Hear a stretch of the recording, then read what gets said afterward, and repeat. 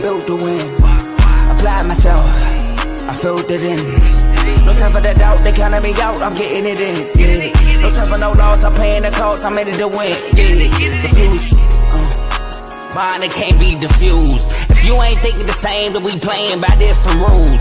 You can't see the vision, we living at different views. Until we complete the mission, keep getting up, never snooze. I walked a mile in my shoes, had the mind of a fool, chasing diamonds and jewels. Trust me, I was confused. Started minding my business and used my mind as a tool. Ended up finding my purpose and found the time to get to it. They told me I couldn't do it, they told me I couldn't make it. They sold it, could never break it. That's sadly mistaken. I need a piece of the pie, I want it so bad I can taste it. They told me like Toby, keep on running toes, they gon' take them. Refuse to lose, built to win. Applied myself, I filled it in. No time for the doubt, they counted me out, I'm getting it in. Yeah. No time for no loss, I pay for the cost, I'm winning to win. Yeah. Refuse to lose, I'm built to win. Applied myself, I filled it in. No time for the doubt, they counted me out, I'm getting it in. Yeah. No time for no loss, I'm paying the cost, I'm in it to win. Yeah. Refuse.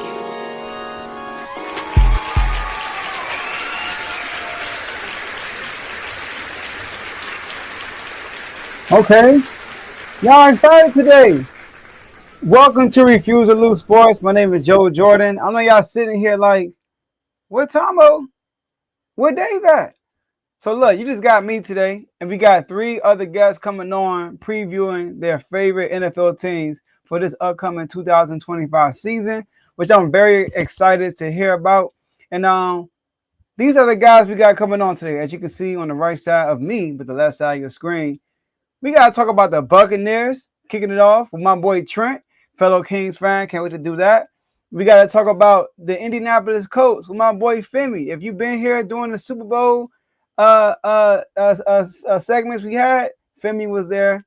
And then we have the Giants featuring my guy Keith, who's coming around for a second time. So we got a good show for y'all today, but it's only right before we get started. I know my guy Dave is not here. He's not here.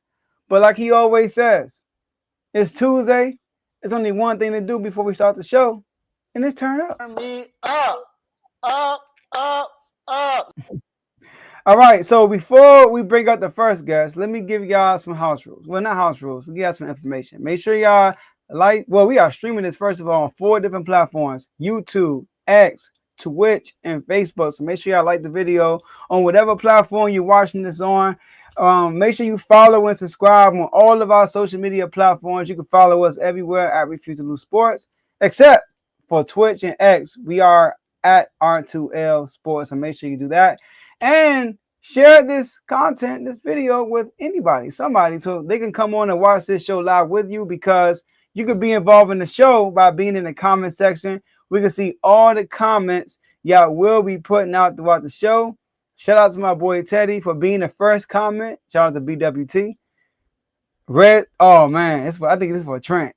Red Sox sucks. All right. Tomo, we in the comments, not on the show, but we in the comments. Konnichiwa. What's up, Teddy? And last but not least, y'all sit back and relax and enjoy the rest of the show. And let's get this show popping. We got to bring up our first guest. So first of all, y'all, like I said, the first guy I'm going to bring up, I mean, what can I say? He only is a fan of, one of the best teams in the NBA. Let me stop playing. He's a fan of the Sacramento Kings, which I'm a fan of. So that's how we that's how we met. We met through that, right? But he's a Tampa Bay Buccaneers fan. He came on last year and previewed his team. And we played them. We were their first game and their last game. So I'm curious to see what he got to say about that. Y'all know I'm going to ask him about it. But without further ado, let me bring up my boy, Trent. What up, Joe? What up, Trent? How you feeling today? I'm good, man. I'm good. I'm sitting at home right now like Teddy and Aaron Judge are. And Tomo, happy belated birthday. Shout out to our third co-host here who couldn't make it. I know he probably lived it up this weekend. So happy birthday to Tomo. But excited to be here on the show, Refuse to Lose. Excited to talk Buccaneers football. ready for football, college, NFL. So just excited to get into it and talk some ball with you, Joe. Wow, that's a good shot you took out Teddy. I know Teddy probably somewhere laughing. And like you said, happy birthday to Tomo. Hashtag pushing 40. All right, let's get right to it, Trent. You came here last year and you were very, very optimistic about your team. You were very excited about what y'all did in the off season and especially the draft. You were very excited about the draft. You were excited about the free agents y'all brought back, which were key to y'all success since Brady left, right? Or since Brady's been there. So let's talk about this year, though. Another offseason goes by, and we want to give this offseason a grade. That's what we want to do. We want to give it a grade. So, but I want you to break it down. Let's start with the free agency. If you can go wherever you want. You want to start with the draft, free agency, re-signings. Just take us to the offseason. Yeah, no problem. Yeah, last year, I was excited about that rookie class. Bucky Irving coming in, turning us into a top 5 rushing offense. Got a lot of help from guys like Jalen McMillan from, on the offense as well. Some defenders got off to a hurt start, but bounced back. So overall, a great draft class last year. This season, we're rolling into another solid draft. I'm going to give the draft grade a B, as in the Buccaneers. And the reason for that is, you look at round 1, the Buccaneers started off with Emeka Egbuka, a great wide receiver out of Ohio State. Joe, the all-time receiving yards leader out of Ohio State. And I don't think I have to go through the names of Ohio State receivers that have come through in the last couple of years and all time. Yeah. And, I'm a Penn State guy, so it takes a lot for me to sit here and talk good about an Ohio State wide receiver. But he's a team captain. He's a national champion. He's everything you want out of a receiver. The reason I give the draft grade a B is because I'd be lying to you if I said I was over the wall excited about when the pick was made. And that's because the pick was made in round 1 where I really thought the Buccaneers needed a defensive piece. So last year we saw a great offense, and I really felt like our struggles came on defense. So night 1 of the draft, even though Emeka Egbuka I think is going to be a great player and a great addition to this Buccaneers offense with Mike and Chris and Baker and all the other pieces we have. After night 1, I was a little stunned because I really felt like the Buccaneers should have went defense in the first round. Now, with that said, they backed that up by going defense in rounds 2, 3, 4, and 5. So you get 2 corners in your second and third round picks. Our second round pick was Ben Morrison out of Notre Dame, who actually missed 10 games last year due to a hip injury. Had quite the draft phone call. It went a little popular on social media where he was just, bawling his eyes out. Very grateful for the opportunity. You'd like this. His dad, Daryl, was actually teammates with Todd Bowles in Washington back in the early 90s. So a little bit of a relationship there. He's a great corner. He was a freshman All-American and just, injuries littered his what would have been final career season at Notre Dame. So he's a first-round talent that slipped into the second round with those injury concerns. But if he's healthy, I'm really looking forward to him to make an impact on our defense. Going into the third round, Jacob Parrish, another cornerback out of Kansas State. So back-to-back corners, like I talked about, our secondary has always been the question mark and will be the question mark going into this season. But I enjoy that we're making the effort to get some young guys in there and address a position need when we really need it. Fourth round pick was going to be David Walker out of Central Arkansas, one of the better D2 defensive linemen in the country. Had a lot of FCS records for sacks and really had a lot of chances to transfer out of D2 and FCS and go play Division I. So I respect the loyalty there. A big guy who's going to make an impact on the defensive line. Unfortunately, he did tear his ACL in training camp this year. So he's going to be most likely missing most of the season. But I know he is going to be a rotation guy that the Bucs are looking forward to getting back healthy in year 2. And looking forward to what he can do when he's back and healthy. Like I said, the Buccaneers just continue to go defense. So round 5 was Elijah Roberts out of SMU, a really good edge rusher who actually started his career at Miami, but then transferred to SMU, led the team in sacks at SMU, and had SMU win the ACC championship in the regular season.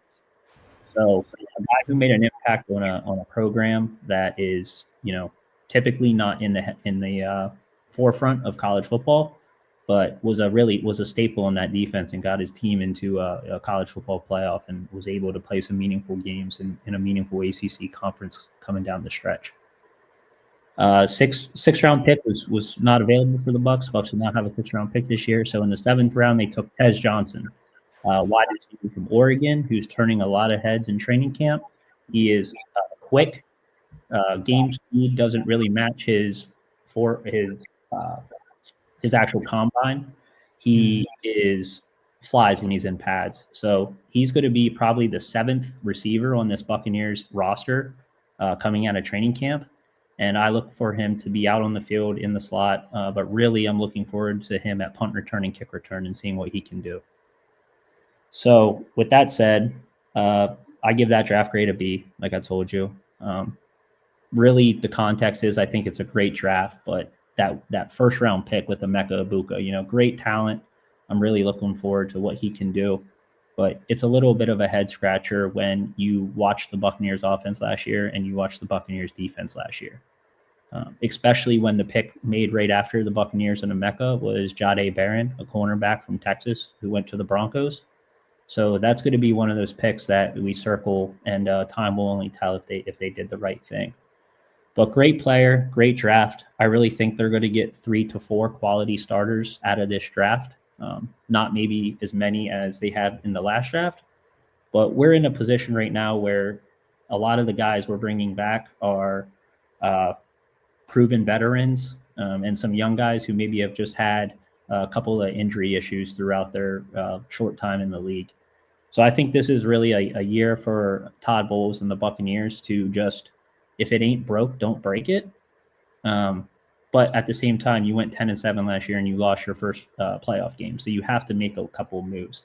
With that said, the key additions are Hassan Reddick, defensive end from the Jets, who was injured most of last year. But if Philly fans can remember the previous 2 seasons, him being a Pro Bowler, edge rusher and that type of caliber player that the Buccaneers and Todd Bowles is going to love. So I think you're on mute, Joe. Defensive Player of the Year candidate. And before you move forward, right? Because I know y'all got rid of Carlton Davis, right? Y'all sent him to Detroit. So, how do you feel about? I know you just said I'm backtracking to the draft. I know you just said that you drafted wide receiver 1st round, and the pick right after that was a cornerback, which I could have gotten right. But the next 2 rounds, y'all did get 2 cornerbacks. Do you feel more comfortable about that position, y'all doing that, or you still feel like maybe we should have got a corner in the 1st round? Yeah, no, I still think we should have went corner in the 1st round. I understand best player available and sticking with your guy. Carlton Davis was, he was a good corner 1 for us. He actually didn't play with us last season, so that trade was 2 years ago. But we have Jamel Dean, who's a veteran who can't stay healthy. We have a Zion McCollum who is a freak athlete, but just hasn't really proven much. So last year, the problem was the strain on the defense. When we started to get into these depth pieces due to injury, we were just really struggling.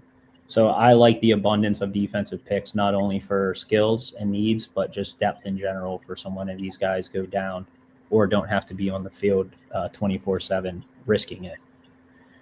So that's why I gave the draft grade a B, is because, that first pick, just while it's a great pick, I don't know that it was the most immediate team need.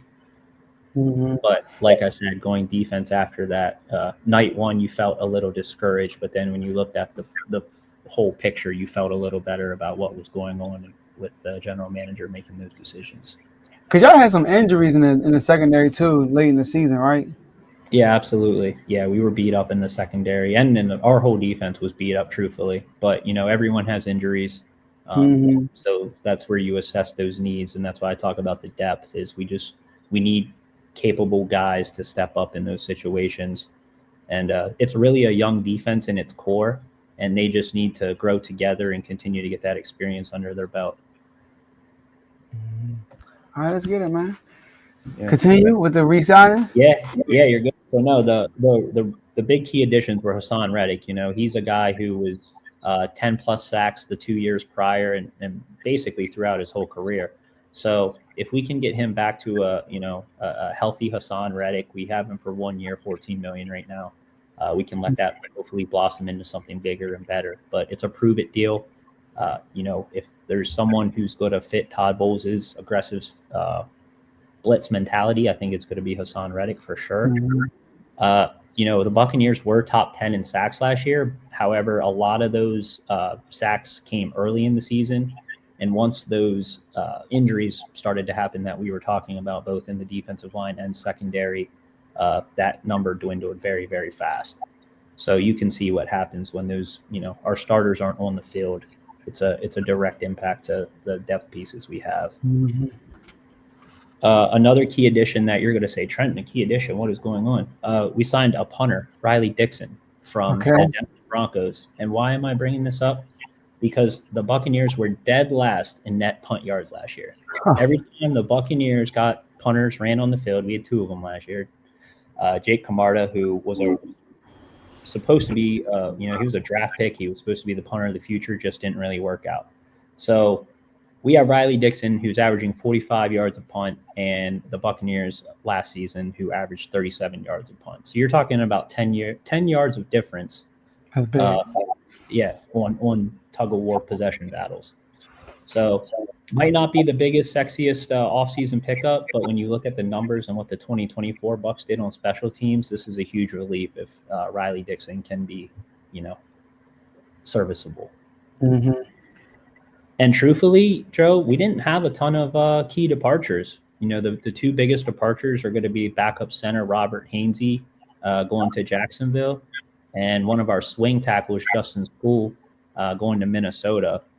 It hurts a little more now because we can get into it a little later, but Tristan Wirfs is going to be out missing, the first couple of games with his injury. So the offensive line depth, they've brought in some undrafted free agents. They've, brought in some guys through trades or off of waivers, but we really don't have a solid tackle rotation or guard rotation at this time. So if there's going to be one thing that's going to scare me in the first couple of weeks, it's going to be the depth on our offensive line. And if they can stay healthy, those 2 pieces leaving could come back to haunt us in the near future. But they were backups. As far as starters go, I believe we're returning every single starter from last season. So again, it's one of those, if it ain't broke, don't break it type of mentalities. There's a lot that can be cleaned up, and there's a lot that went on last season. But I think the general feeling of the Buccaneers organization is, hey, we have a really good team. We just had some unfortunate events happen to us in 2024 towards the end of the year that kind of put us in this position. Yeah. And it's the second time I did this, too. I did this after I won the Super Bowl. I brought everybody back, all 22 starters. Yeah, absolutely. I mean, it's an ode to the team. Like I said, the team we have in the building and the belief that they have in the team is that the pieces are there. It's just a matter of experience and staying healthy. So how confident are you really on Hassan Reddick? Him having a jet situation last year, and him now, like you said, a prove it deal. It's now it's like, all right, man, that last year happened. Now you got to prove your worth again for the better contract. How confident are you in Hassan Reddick? This is my time of the year to be confident. So I gotta see what happens. But I think he can. Am I expecting the Hassan Reddick of 2-3 years ago, where he was probably having 14 sacks and things of that? Maybe not. But I'd really like to see him. Even if he gets to 10 or somewhere around that number, that's a huge help to our defense and a pass rush that was really non-existent, like I said, towards the end of last year. So him, whether or not he's there as the main guy, I think he's there to teach and can support a lot of our younger guys, like the Yaya Diabis of the world and the Kalijah Canseys.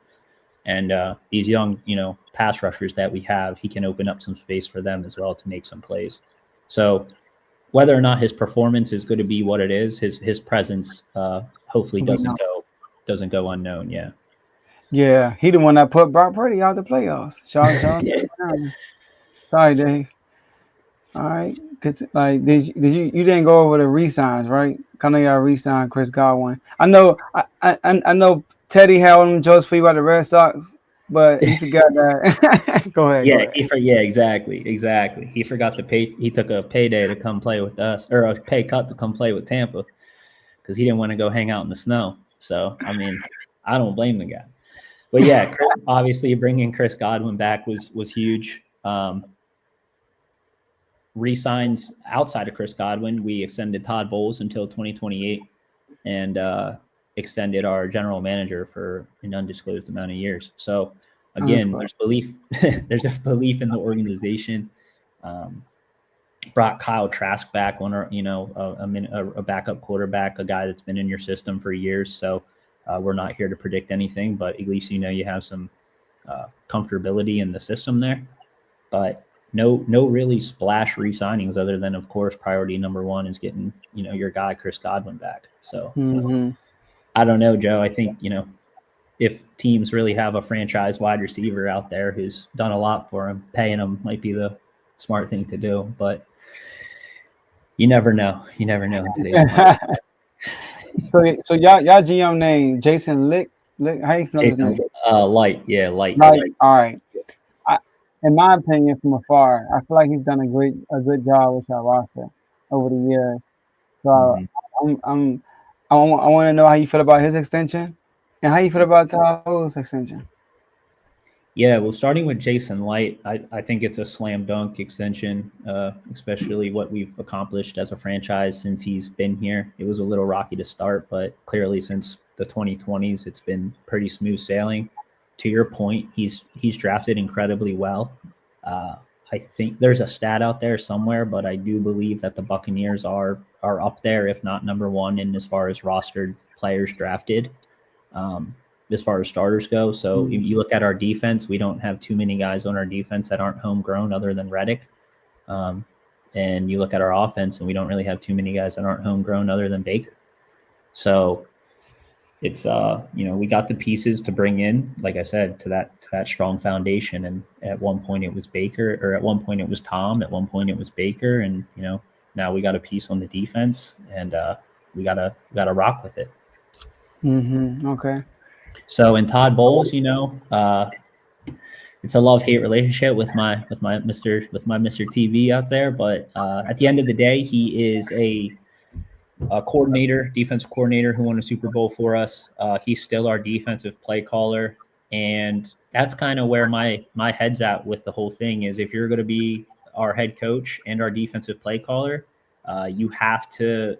Our defense has to step up, and you have to wear that responsibility when our defense plays bad, because you're trying to do two things at once, and you made that decision. So, I think back to Hassan Reddick, he knew he needed a pass rusher. Back to the draft, he knew he needed corners to run his defense. And I will say that injuries, again, probably hindered him from doing what he wanted to do last season. But everyone has injuries, so you got to roll with the punches. I don't hate it. I think he's a great coach. I think he's a player's coach. I'd like to see him a little more emotional on game days, but what do I know? what do I know? Maybe he's just sending it or holding it all in for later. But yeah, he's a good coach, and from everything I know, the players love him. He seems to be a player's coach. I just really, really, really hope that he understands that this defense is his defense, and this would probably be year number 3 or 4 in a row where the defense has not really lived up to the offense. So it's just, that's your identity is you're here for defense. So I'm excited for the extension. My thing with getting rid of people is, if you're going to get rid of them, who are you going to bring in to replace them? And I think he fits the Tampa Bay culture and has a great relationship with everyone that's already there. And like you saying, him being the DC, and he's a DC, he's still a play caller as your head coach.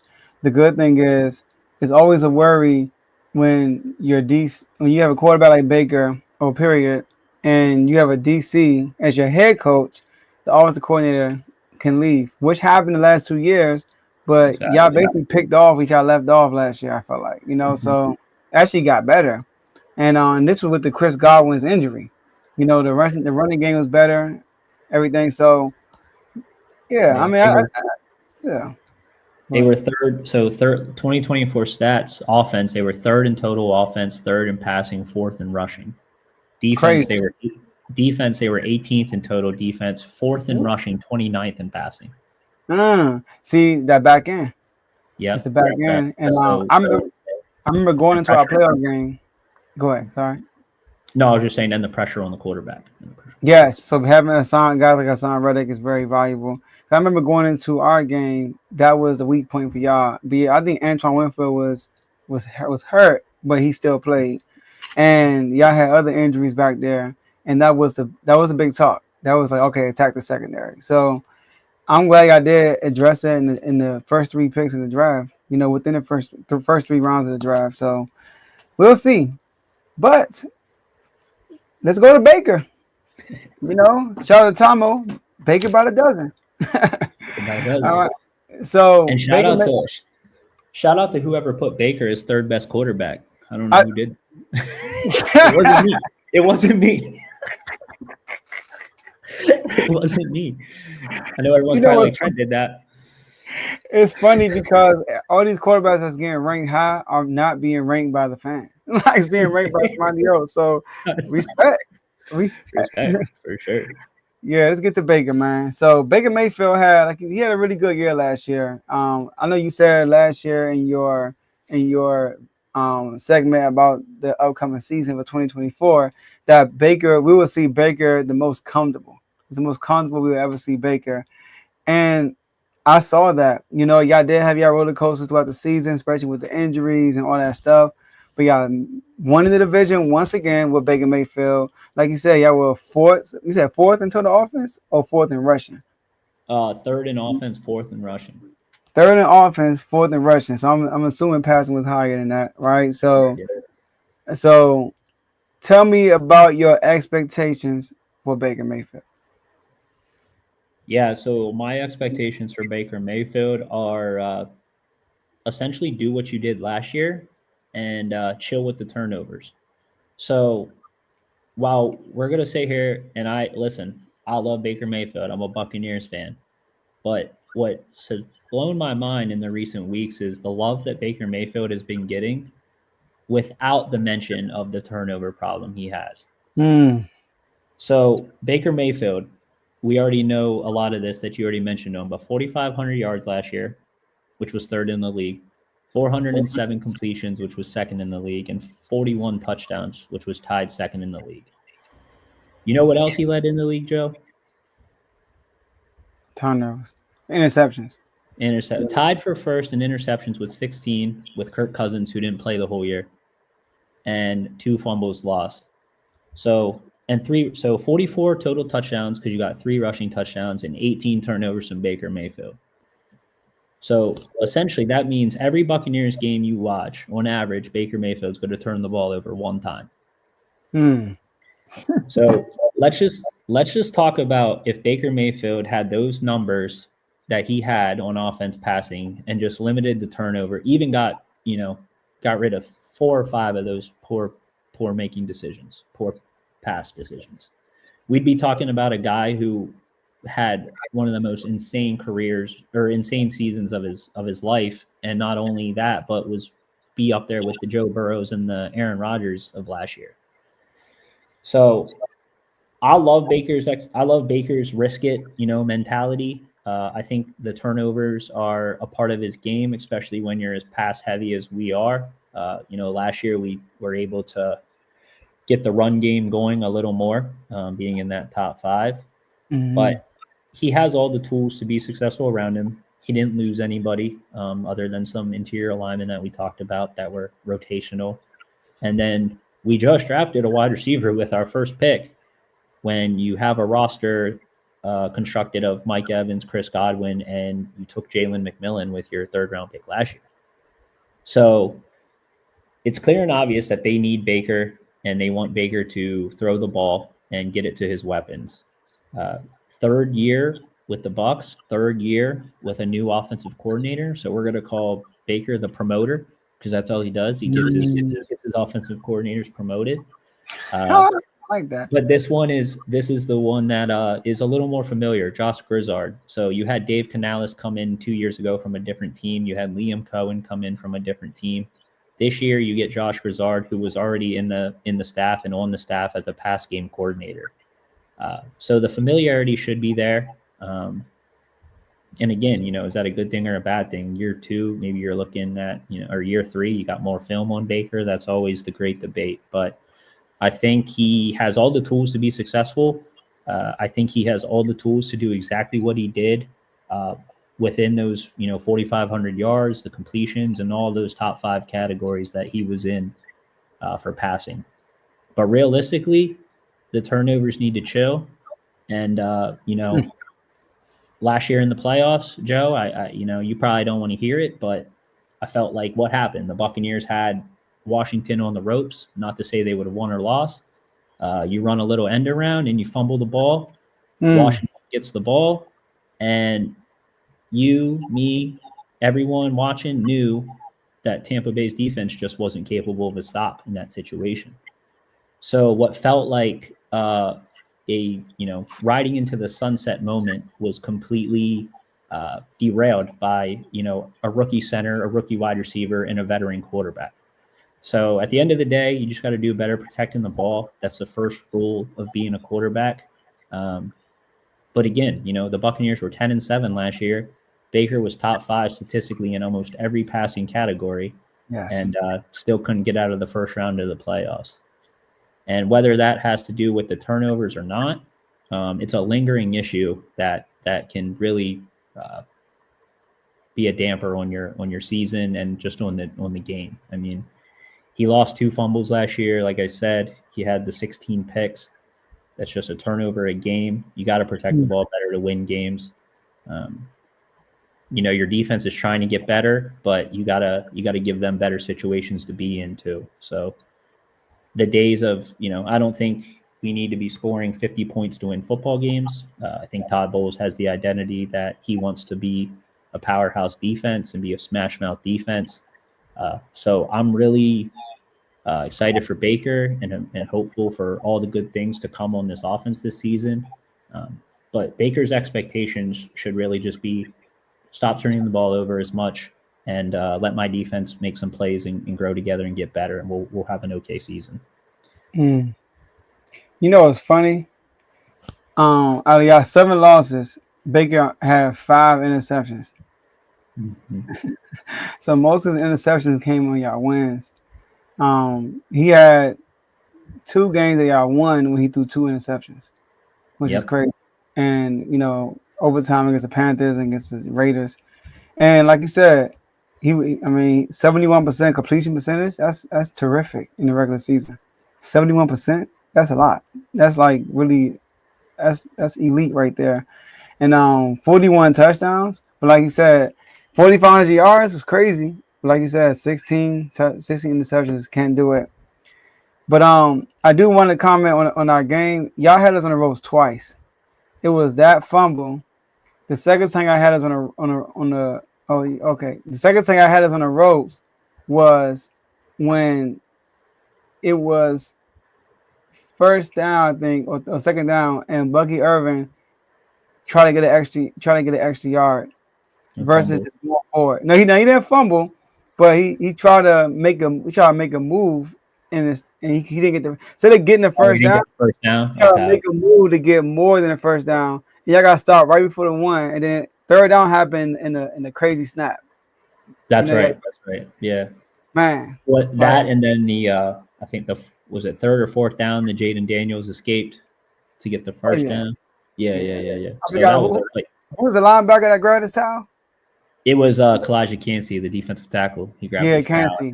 Yeah. Yeah, he deserved that though, man. He was talking trash to my boy when they got no doubt. But yeah, I mean, that's the thing, man. I mean, your job as the quarterback is you have a lot of responsibilities as the quarterback, but I think the top of the list is always protect the football. So some of those interceptions, I'm sure you could go back and look at film and say, yeah, they were meaningless, or yeah, they came at this time and blah, blah, blah. But to your point, these games that they win, yeah, he threw 2 picks against the Panthers, but it's like, why are you throwing 2 picks against the Panthers? It's just, you're making it harder than it needs to be. So same reason we were, week 7 or week 18, we were box score watching the Panthers Falcons, because we were out there struggling against the Saints and Desmond Ritter and trying to get Mike Evans 1,000 yards and just do all this other stuff about winning the game. So it's just protect the football. And, if you have anything near those numbers and you just turn the ball over 4 or 5 times less, you're talking about 2 almost all pro seasons back to back. Yeah. Yeah, Baker's been balling. He's been balling.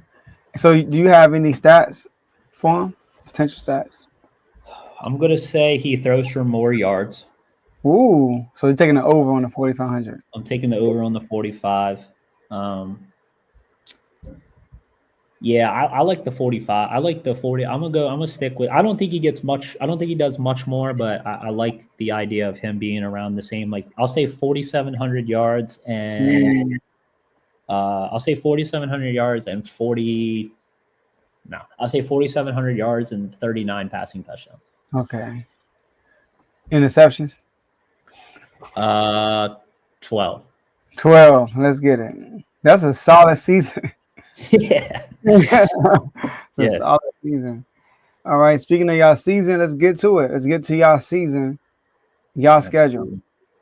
All right. So we got the schedule up, and y'all won the division last year. So obviously, out of all of y'all division foes, y'all have the tougher schedule because y'all played the number ones from last year. But let's go through it. We're gonna go through each, just like last year. We're gonna go through each team, and you give us your prediction on who wins or not. And obviously, we're gonna skip the preseason because that's not real. All right. But it starts off at home against Atlanta. At All home, right. or away at Atlanta. Sorry, at Atlanta. Sorry, at Right, Atlanta. right. You're right. Yeah. You got it right. That's off on the road twice. So good, at all Atlanta good. at 1:00. How we looking? So the Buccaneers were 0-2 against Atlanta last season. Kirk Cousins had a Hall of Fame game against the Bucs last season, and then a Thursday night thriller that just absolutely tore my heart out. Unfortunately, I do think the Falcons and the Buccaneers are going to split this season. Okay. So I do have the Buccaneers starting off with a loss on the road to start the season. Okay. And okay, let's go to the Texans. Houston, I got the Buccaneers winning. So the last time the Buccaneers visited Houston was C.J. Stroud's rookie year, and he absolutely walked them down the field for a game-winning drive. I don't know if it was his first game-winning drive of his NFL career or not, but I think 2 games in a dome back-to-back, the Bucs offense is still going to be flying around, and defense kind of finally gets it together against a pretty decent C.J. Stroud and the Texans offense. And this is a Monday night game, by the way. It will be the first of a doubleheader. Yep. So right. Bucs on prime time is always scary. They got 4 of them this year, but we'll see how it goes. But I like that as a good revenge game for the Bucs. All right, so let's move on. Y'all play at home versus the Jets. This is a Hassan Reddick revenge game. So how you feeling about this game? I'm pumped for this game. First game at home of the season. 50th season for the Tampa Bay Buccaneers. They're going to be rocking the white and creamsicle jerseys. So I think it's about time we win a game when we wear the throwback jerseys. Okay. So I'm gonna go. We're 0-2 in the last 2 seasons wearing the throwback creamsicle jerseys. So it's about time we get a win wearing them. So I got a W against the Jets and Justin Fields. Okay. If Justin Fields plays, you got a little toe in right now. Yeah, if Justin. All right, follow those kindness. All right, so week 4, it never fails. They always line y'all up with Philly. And they always come to Tampa Bay for some reason. So exactly. Hey man, I don't need many history books to tell what happens when Philly comes to Tampa. So I'm gonna go with the win in Tampa. It's obviously a great game, great team, Philly defending Super Bowl champs. But when we're in Tampa and the Birds come to town, there's something about Tampa that just kind of lights up, and it means more. Even though it's week 4, it means a little more. So I'm gonna go ahead and give the Bucs that one. Didn't y'all play in week 4 last year? Yeah, it was either week. It might have been like 5 or 6 at the latest, but it was right around the same exact. It could have been week 4. It really could have been. It was definitely early. Yeah. So yeah, it's probably like week 5 or probably week 6. You're right. Or week 5. It was early though. You're right. It was right around the same time. Okay, cool. And then I know the chat's gonna be crazy that week, and that's a 1:00 game. And then after that, you got the Seahawks in Seattle 4:00 game. So yeah, I like what Seattle's doing this year. Sam Darnold, while he's not the most flashiest guy, I think he proved in Minnesota last year that he can be serviceable. They got the addition of Cooper Kupp, so I like what Seattle's trying to do. Unfortunately, I just think for Seattle, they're going to run into a problem with Tampa that day. So I got the Bucs winning that game. Okay. Now we talking about the Chats. The Chats might be that day too. This next game, y'all go back home and y'all hosting Dave's 49ers. Talk about that. Yeah, I mean, hosting Dave's 49ers, I've been waiting for John Lynch, the GM of the 49ers and Buccaneers Hall of Famer, to throw the Bucs a bone because they've just absolutely crushed us the last few meetings. But I'm going to go ahead and give this one to the 49ers again. Okay. I think the 49ers are, maybe going to take not a step back, but a step back into what they are. And a healthy Christian McCaffrey should, help them do that. So I'm gonna give this one to the 49ers. Okay. All right. So right now, you guys, y'all are 4-2 at this point, and y'all are going to Detroit, and these be battles. I know last year you had y'all losing to Detroit, and y'all ended up winning against Detroit. So, how you feel about this game? Yeah, no, I mean, Tampa played great in that game last season. Definitely had that one as an early loss, and I think at one point Detroit was 10-1, and Tampa might have been their only loss. But I gotta give while I don't think the Lions may be the Lions of the past this season, I might be expecting a little bit of a slide from them. But I'm still going to give this one to the Lions just due to the nature of being up in Detroit. They're a good football team, and just the way the NFL schedule works, you can't win them all. Yeah, it was one point where Philly and Detroit were 1-2, and y'all were the only team that gave both of them. That gave both of them their last loss. Nice. The Falcons beat them too, and then got embarrassed by Bo Nix in between. I stopped Bo Nix after I beat Detroit. Something like it was crazy. Y'all just got a big win, and y'all lost Bo Nix. It's crazy. All right, so let's move along to New Orleans, your second division game. And y'all play in New Orleans. How you feeling? Yeah, so I can just go in a little more of a tangent here with it being a division, but I think the Saints are probably going to be last place in the NFC South this year. I think the Panthers might finally jump them in those standings, but I do have the Buccaneers beating the Saints this time, and next time we'll get to it. But I think the Saints are the one team this year that the Buccaneers in the division beat twice. Okay. Yeah, the Saints, man, they're not looking too good right now. Yeah. All right. And then you got a bye week, so you get your rest. You got a week 9 bye week. And at your bye week, you're sitting at 1, 2, 3, 4, 5, and 3. And then you come back, and speaking of Teddy from earlier, y'all back at home against the Patriots. How you feeling? Yeah, so this is one of those games you circle because you just don't really have any idea. For me, the Buccaneers have been pretty great coming out of the bye weeks in the last few seasons. But this just kind of feels like one of those games that, Drake May is a good young quarterback. The team is getting a little better. I think they could potentially, I don't think they're going to be dead last in the AFC East. I don't know if they're going to be quite as good as the Dolphins, but if they finish second, it wouldn't maybe shock me. But I'm I'm respecting the Patriots this year, and it's one of those games that is just to the nuance of the NFL schedule. I'm going to give this one to the Patriots. Okay. And also, I forgot to mention that Detroit Lions game is the first of another doubleheader on Monday night. Yep, another Monday night. So, all right. And then after the Patriots, you stand in the AFC East, but this time you're going to visit Buffalo.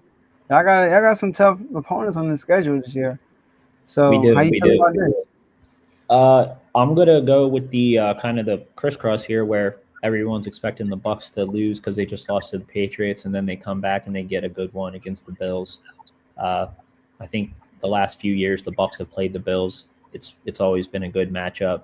I don't think obviously Josh Allen is Josh Allen, but I don't think that they do anything over the top that makes them so much better than Tampa. So I'm going to give the Bucs a win against Buffalo after coming off the loss against New England.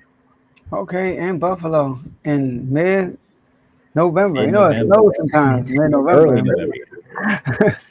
November. So, all right. And then y'all stay on the road, and this is a Sunday night game, and y'all play the Los Angeles Rams, the newly addition Devontae Adams Rams. How you feeling about that? Yeah, this is one of those games where I'm going to have to give the Buccaneers a close win. I still think Matt Stafford is a great quarterback, and I still think the Rams are a good team. But, if you want to be a playoff football team and make a splash towards the end of your year, this is after beating the Bills and then, going to the Rams. I feel like you're setting yourself up for an identity test. So beat the Rams there, and you're 2-1 coming out of the bye and going into an easier part of your schedule. Okay. All right. So a W. So back-to-back wins on Bills and Rams. That's good. That's a good. You lose to the Patriots, and you say, you know what? We're gonna remind the folks that we still in here, and I beat the Bills and Rams. I like that. All right. So now you're going back home. You playing the Cardinals at 1:00. How you feel about that? I'm going to give the Buccaneers a win there. I like the Cardinals. I've always been a Kyler Murray fan. Trey McBride, one of the better tight ends.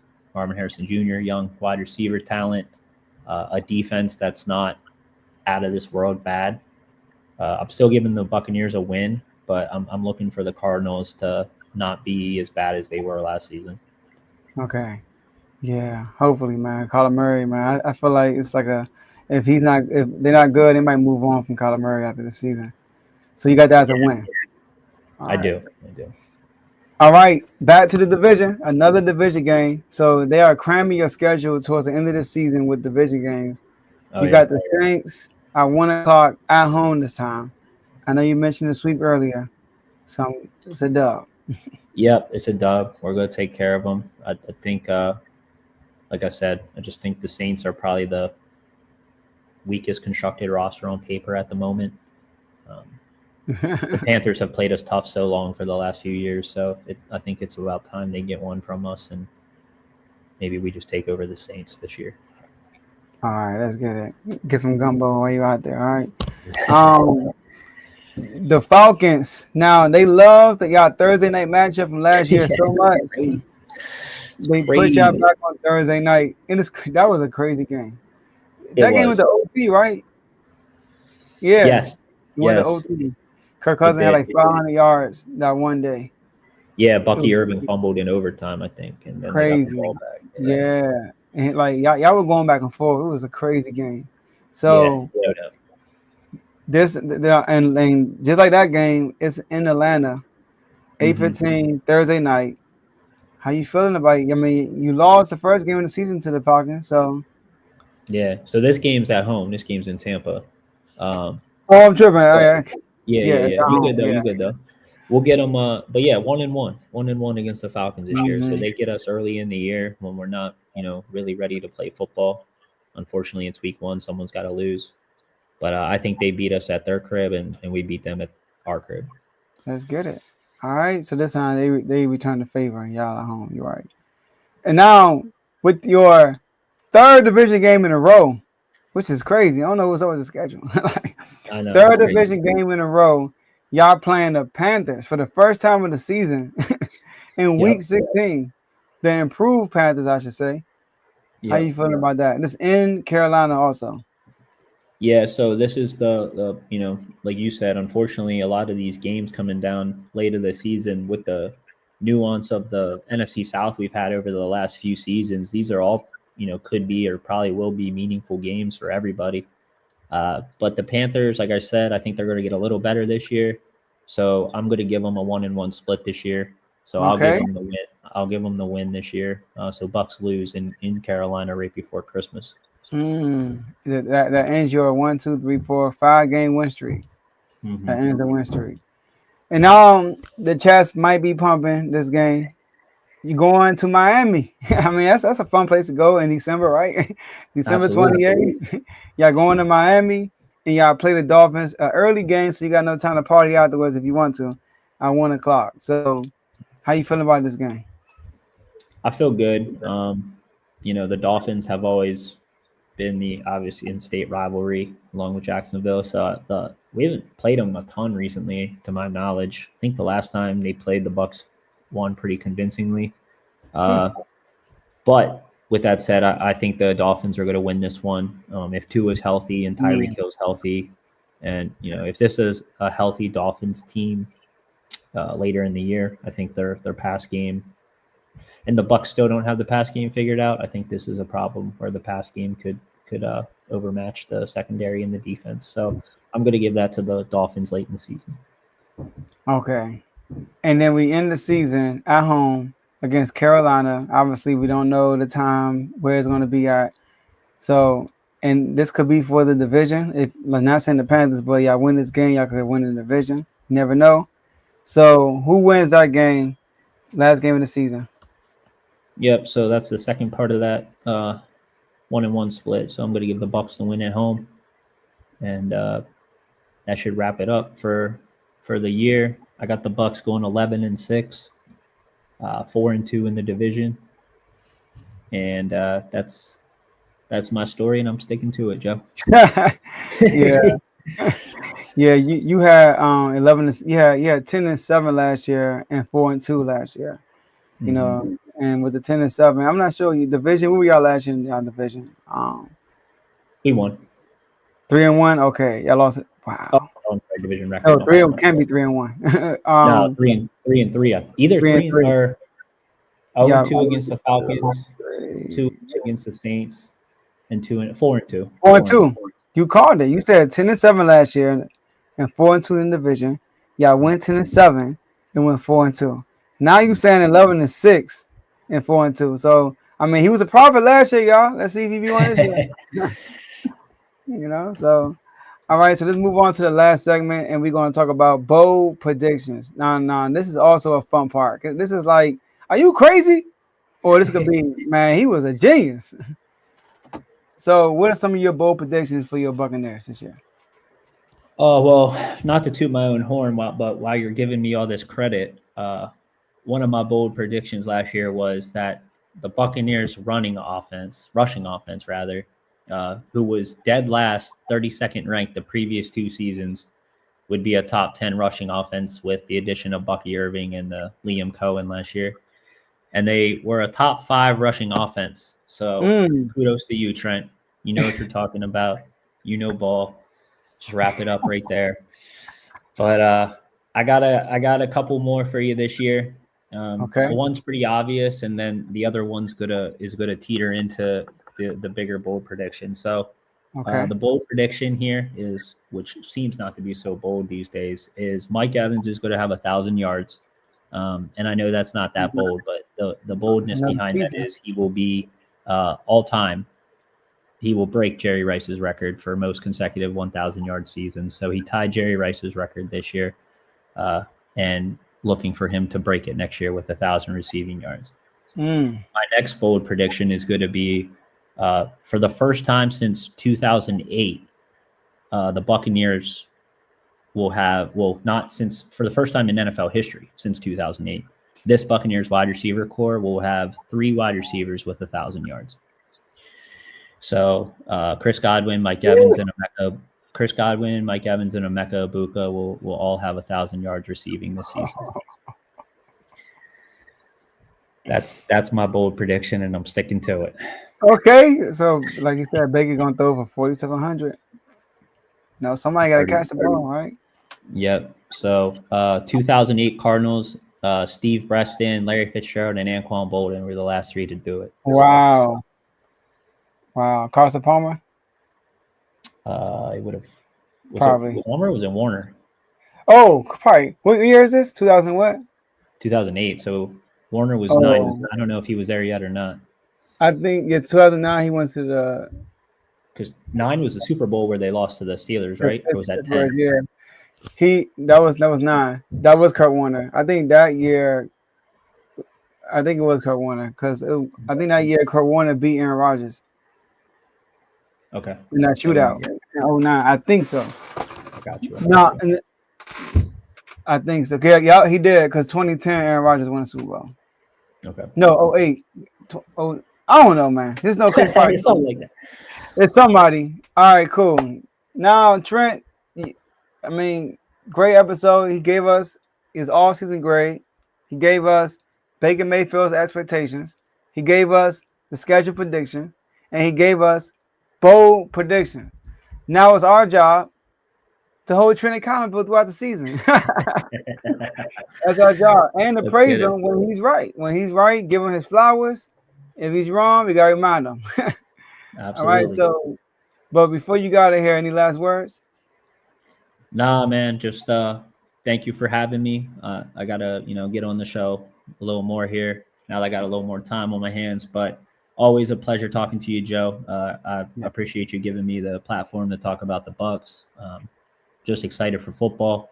So thank you to Tomo and Dave and Refuse to Lose. But yeah, definitely keep these receipts. So let me know how I did, and make sure to hold me accountable throughout the year. But like I said, always a pleasure. Refuse to Lose. Great group of guys, great network. Just excited for football. Make sure you follow Carl for Carl Talking College, because we got a big college football platform here as well on Refuse to Lose. And then just continue to check in daily with the Refuse to Lose show with Joe, Dave, and Tomo. And sooner than later, all these predictions will be reality. Let's get it. We'll see. We'll see. And before you leave, the Kings are open to moving Devin Carter to the Warriors in a potential signing trade for Jonathan Kuminga. Bring Kuminga on over. Bring Kuminga and Russ Westbrook. Let's get it. All right, Trent. Appreciate you, and I'll see you when I see you. All right, Joe. Let's Be get easy. it. Yes, sir.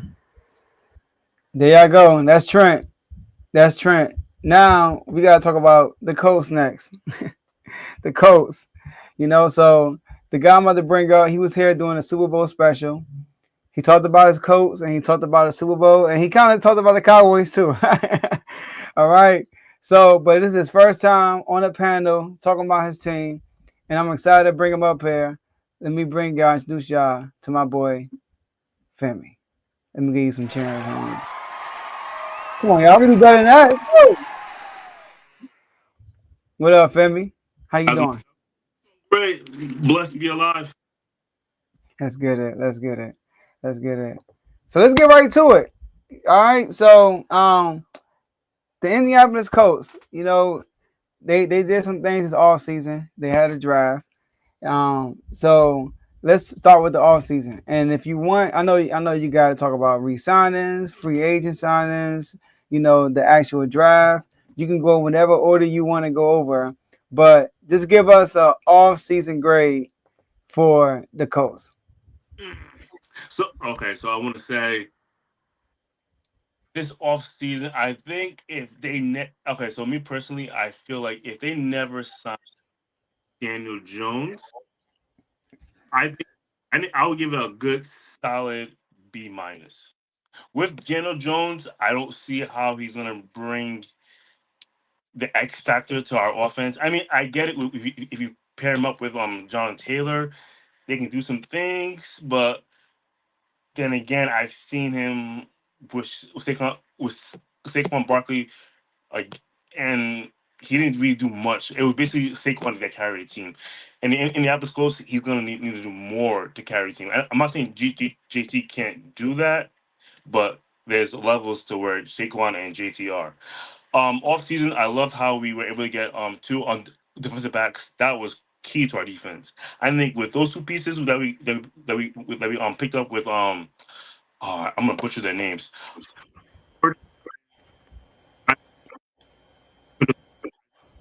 Oh, you said who? Sorry, your sound kind of acting up. Say it again.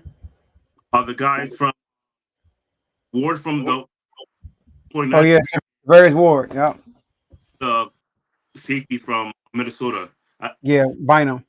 Bynum. With those two pickups, our secondary is going to be top 10, hands down. Mm. And I think when the so I think defensively we did. I'm gonna give it A with those two pickups. Offensively, with the draft when we picked up the tight end, I think that was a great pickup. I give that a B plus. It could be A minus, but with the quarterback situation, we don't know how that's going to play about. Because other than that, you have a great tight end, good receiver, but if you don't have a good quarterback that can actually deliver the ball to them, it doesn't really do much. Yeah, it's funny because right now they're saying Daniel Jones is struggling to stand out from Richardson. You know, and he's not having a great camp right now. I do think an underrated move y'all made also was bringing in Khalil Herbert. You know, the backup on Jonathan Taylor, JT, because you know he had his injury issues in the past and stuff like that, so you don't have to carry the load. And Khalil Herbert has been a serviceable running back for other teams. Yeah, All right, so, go ahead. Oh, you say yeah, okay, all right. And you gave y'all a B, you said? I'm gonna give it a B minus. A B Okay. minus. I'll throw all the cap space that we still have available, but I'm like, you know what? Let's see what happens this season. And how you feel about the draft? You know, I know y'all got Tyler Warren in y'all first overall pick. You Yeah, know, how you feel about y'all draft as a whole? it was solid. It was solid. I think it could have been got better, but I think it was solid. I give a good B minus. Yeah, yeah. Tyler Warren is sorted out to be a really great piece as far as that tight end position. And we saw what happened last year with the Raiders. They drafted Brock Bowers, and he put the daggone record. So, all right. So let's go to your quarterbacks first. I know this is a topic that's not interesting for you, your quarterback situation, but let's talk about it now. I know that right now, I think Daniel Jones is listed as a starter. Yeah. But okay, so let's talk about that whole situation. Do you think he would start the whole season? Do you think Anthony Richardson would come in? Do you think let's talk about that whole quarterback situation? Okay. So with the quarterback situation, here's two things. One, they brought in Daniel Jones to either take one to battle and compete for for the position as measure where Anthony Richardson stands in the sense of like quarterback talent. I think the Colts are gonna start Daniel Jones to see how that works out because I guess we've already seen what, well, not fully, but we already seen what AR can do, and it's not really that impressive in my opinion. So we're gonna see where Daniel Jones takes us for probably the first 5 to 7 8 weeks. If we have a losing record, I see them pivoting to AR. But if we're like at 500 or above 500, oh, we're staying with Daniel Jones. Okay. Yeah, I feel like that. I go ahead. Oh, you saying? Oh my bad. I thought you were about to say something. But I feel like with Steichen is y'all play caller. I feel like Daniel Jones could be good. So I'm surprised to hear that he's not standing out in training camp. I'm really am. And another thing I want to ask you with the quarterbacks, how you feel about your was it your GM coming out saying that we're going to be patient with Anthony Richardson? I get why why he said that we're gonna be patient with him because we picked him at the third overall pick. I believe 2 years ago, so two or 3 years ago. So I get that. Like he's a top 5 pick, so we have to give him time to develop. But sometimes you also gotta look at it and be like, yo, is he really the guy that can take us over the hump? Is he the guy that can actually help us beat our division rival the Texans? Because not for nothing, Tennessee got a nice quarterback with Ward. If he pans out to be who he is, now we have to deal with another rival in the division. So I think this is the year we have to see AR take off. If he's not, I, I think it's time we pivoted. See, my thing is, okay, you want to be patient with them, but y'all have you haven't been patient with them. You been throwing them out there. Like we all knew that he was a raw talent, and it's Yep. like he gonna need time to develop. But they started him from day one, and then even with having Joe Flacco, I feel like I should just roll with Joe Flacco and let him watch. And, Yep. and when you watch, oh my gosh, drawing a blank, the Panthers QB, they threw in Andy Dalton and let him watch, and then look at him, he came back a way different quarterback. He came back way better. So yeah, man, I don't get it. All right, so Me either. I'm still trying to understand it, but it's above my pay grade. yeah, all right. So basically, if y'all above 500 by mid-season, all right, let's say this because y'all bye week is week 11. Yep. So if y'all above 500 by week 11, y'all gonna stick with Jones. Even before that, week 8 probably you're gonna stick with Jones. But if not, y'all gonna just roll with Richardson. You saying? At that point, yeah, because that's already past a mid-season, and I think with 10 games under your belt, under center, if you haven't really proved that you are the guy, you're able to help us win games. I don't see why we need to keep you under center. Let's go with AR, our third overall pick, and let's see if he can help us win more games. Mm-hmm. It's And crazy if because yeah, and if we put in AR and he still loses, I think truly we just move on. move on, move on. It's just like because I think we have I think we have the 12th easiest schedule in this season.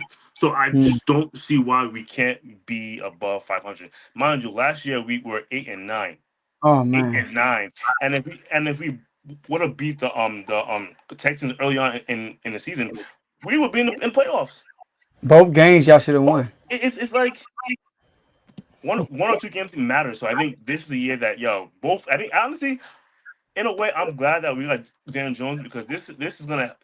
Daniel Jones is on his last leg, meaning the fact that if he doesn't produce here, his career is done. Mm. So yeah, in a way, I'm glad that we got him because now he has to prove that he can actually win games. Because if not, I don't see him ever being a starter quarterback in the NFL. Yeah, y'all had 5 losses last year, by one possession. Yep. You lost to the Texans by 2. You lost to the Packers by 6. You lost to the Jaguars. I remember that game. That was a shootout by 3. You lost to the Texans by 3, and y'all lost by the Vikings by 8. So y'all were in position Yep. to win the division. Pretty much. Yeah, I remember late in the season, y'all still had a chance to win the division. It's crazy. Yes. If we just needed to beat the Broncos, if we beat the Broncos, we're in the Yeah. playoffs. I remember that game too. Oh, that was devastating. And that was Devastating. right after y'all bye week too. Yep. Yeah, just had a emotional win beating the Patriots, and then like it Which I went was down to live the for. wire. Huh? Which I was there for. Oh, you were there? Oh, absolutely. Front row. Yeah, that's dope. Yeah, go to more games because y'all won that game. Oh, absolutely. That game was crazy. All right, so speaking of games, let's go to y'all schedule. This is the fun Sure. part. All right, we're gonna go through the schedule, and we're gonna predict your schedule and Gotcha. see what's going on. All right. All And right. I'm going to do each game. I got the schedule up right here. And do I have it right here? I Yeah, see on the side. Let me pull mine I up. I do. Yeah, there we go. So oh my goodness, what am I doing? Why is this still up? Oh, there we go. All right, here we go. All right. Oh no, that's the wrong one too. There we go. All right. There we go. All right. So we got the Colts schedule up right now, y'all. And we about to go through each game. All right. Win loss. Femi, game Yep. 1. Y'all are at home against the Miami Dolphins. Who wins that game? at home, week 1 against Miami Dolphins. I'm gonna give that to the Colts. I think based off our defense and our run game, we should be able to come home with the W. Okay, so W. All right, all right. Week 2, you just talked about this team, the Denver Broncos. Rematch. Y'all are at home, and y'all play at 4 o'clock. So it's a second half of the game, second Yep. game. So who wins that game? The Broncos are a nice team. I'm not gonna lie to you. With Bo Nix, man, from Oregon. I don't know with wait, Peyton Phillips or Sean Payton. I'm sorry, his name. Not paying. Yeah, and the defense got better too. Yeah. I don't want to say it, but I think that could be an L. All That right. could be it'll be a close game, but I just see it an L. Yeah, All yeah, right. it's an L. All right. So okay, and then week 3, your first division game. Y'all going to Tennessee, playing the Titans at 1 o'clock. Who wins that game? Oh, easily Colts. Oh, okay. Easily, like come on now. Like Tennessee is cool. They're a good team, but they're still not proven. Like the quarterback, we still haven't seen if he's actually good or not. I think he is, but we have to see it. The receivers, they're solid, but we still got to see it. Defense, still we don't know what's going on. So I'm gonna give that to Colts. I think with our experience on the defense side and on the O line, we should be able to beat them. It's crazy. They had just released Traylon Burks because he got injured. They just released I him. saw that. Yeah. Yeah. That was wild. Well, I know we talked about receivers. Next up, y'all going to LA and y'all playing the Rams. So 4 o'clock game. Who wins this game? Man, that's gonna be a battle, but I'm gonna give the edge to the Rams. Okay. All right. The Rams. All right. And then next up, y'all are back at home. So 1 o'clock game and y'all playing Pete Carroll and the Las Vegas Raiders and Sure. Ashton Genty. So Ashton Genty versus Jonathan Taylor. Who wins this game? Oh, the Colts. The Ravens defense isn't proven yet, so I think I'm gonna Yeah. guess the Colts. Okay. So a W. Yep. Now this is a different game. Oh, go ahead. No, you can go. All right. Now, y'all are at home against the Arizona Cardinals. I think both of these teams are like they always look promising, and then they win around 7, 8 games. These two Yeah. teams right now, Colts and the Cardinals. So y'all are at home against Kyler Murray, Marvin Harrison Jr., and the Cardinals. Who wins this game? I'm gonna have to give it to the Colts. I think the score will be 28-24. Ooh. I, I Okay. think I think both teams will be able to score, but I think it's gonna come down to game management Mm. and who's able to like control the ball and hold on to the ball. I think Kyle Murray is a great quarterback, but the fact that he's still unable to like read plays or understand plays, that's like I'm not. It's not looking good for them. Yeah, I do think like it's a make or break year for Cardinals and Kyler Murray. I think Oh, like absolutely, yeah. if they don't make the playoffs, they might move on for Kyler Murray. I You don't know. know. I think that they just signed him a few years ago, so I don't see them moving on with them. Yeah, it's been like 3 years, I think, since he signed. Yeah, I think he Almost signed a year. like a 5-year deal. Yeah, he couldn't play Call of Duty. Yeah, that deal. All right. So the next game, it's a 4 o'clock game, and y'all play at in LA again. So y'all get to go to LA twice this year. Mm-hmm. And y'all playing the Chargers. Who you got winning that? That's another tough game too, because I think both teams are even, but I think it's gonna come down to quarterback play. So I'm gonna give the edge to LA again. You said L. You said I'm gonna give it's an L because I think based off their quarterback they have in Herbert, I think they're gonna win. how you feel about Herbert? So besides last season, I think he never had a real offensive coach that can actually can groom him well. I think the last coach that they had besides John Harbaugh was a defensive mind coach, He so he was. didn't really pay much mind to the offense. which was sad because he had a lot of talent on that offensive side, like with Keenan Allen, Mike Williams, Eckler, Yeah. their tight end The they tight had end. before. Like Yeah. it's like they had so many opportunities to really take over that division or compete for the division, but the coach itself wasn't up to standards. Yeah. Their defense was bad too. To be a Yeah, defense guy. That's man. crazy. All right. So now, right now, so this is right now we are in week 8, and y'all back another division game, and y'all playing the Titans at home. So before y'all play any other division opponent, y'all play the Titans twice. Lovely. Two W's. 2W. Okay, another Two W. W's. Enough said. All right. I want to hear what you guys say about this one. Y'all travel to Pittsburgh, Pittsburgh. the 1 o'clock Mike game. T. I love that coach. You know, you're going against Aaron Rodgers The bad and the news. Pittsburgh Steelers.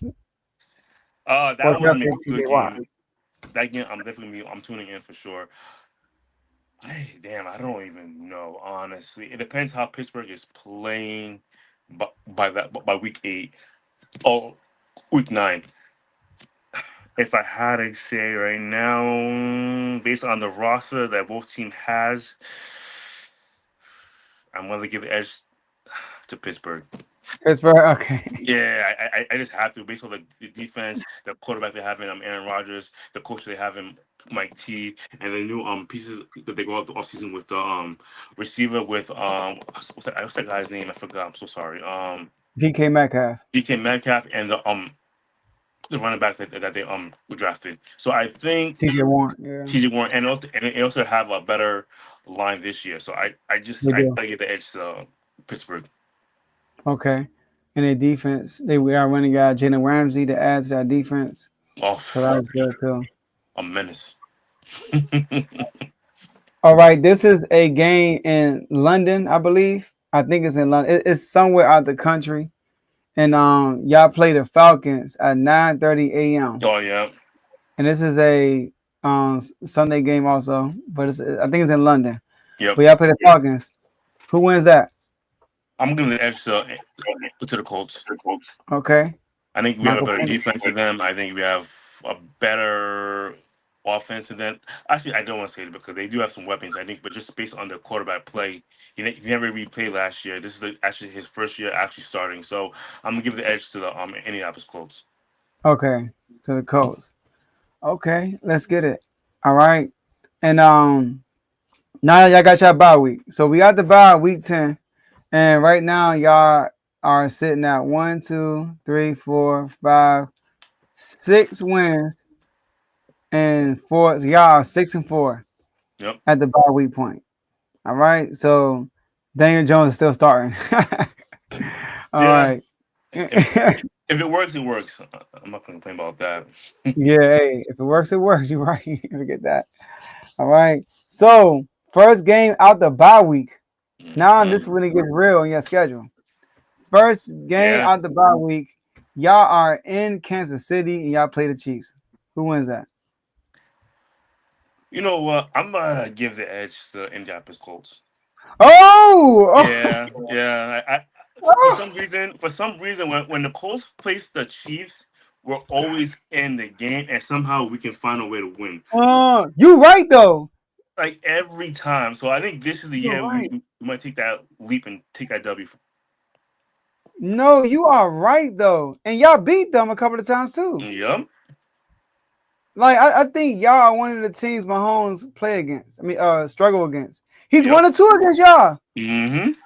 Okay, so you ain't the madman after all. Hey, everybody, don't call him crazy. They 1-2 against Mahomes. They 1-2 against Mahomes. All right, so I remember that. I remember somebody said that Mahomes struggled against the Colts, and I remember Oh, yeah. that. Yeah, he struggles. Yeah. So all right, and now y'all third division game with second division opponent. Y'all are at home at 1 o'clock, and y'all play the Houston Texans. CJ Stroud, CJ Garden Johnson now over there. Yeah. So Oh man, another menace right there. Oh. another menace. You're right. So who's winning that? I think that'll be a close game. I think the score will be somewhere 24-21, 20-13. I'm gonna give the edge since. Yeah, I think I'm gonna have to give that to the The Texans. Texans. Yeah, All it's. right, I so think I L. think they based off the quarterback play, the receivers, their running back crew is just impeccable. The line has got better. Even the coach said it out loud. We're gonna run and pound the ball on offense. So I think they're definitely gonna be. It's gonna be hard to stop. And the defense itself is already good too. So I'm gonna give the edge. Yeah, Give them the W. yeah, their defense crazy. Yeah. Their defense crazy. All right, and then you have you're away and you play the Jacksonville Jaguars. You know, Trevor Lawrence, Byron Thomas Jr., Travis Hunter. Yeah. So, and y'all playing in Jacksonville, and this is a 1 o'clock game. Also, who wins that? Indianapolis Colts. Okay. Yep. I don't think their defense can stop our offense. So I'm gonna give that to them. Let's get it. Okay. All right.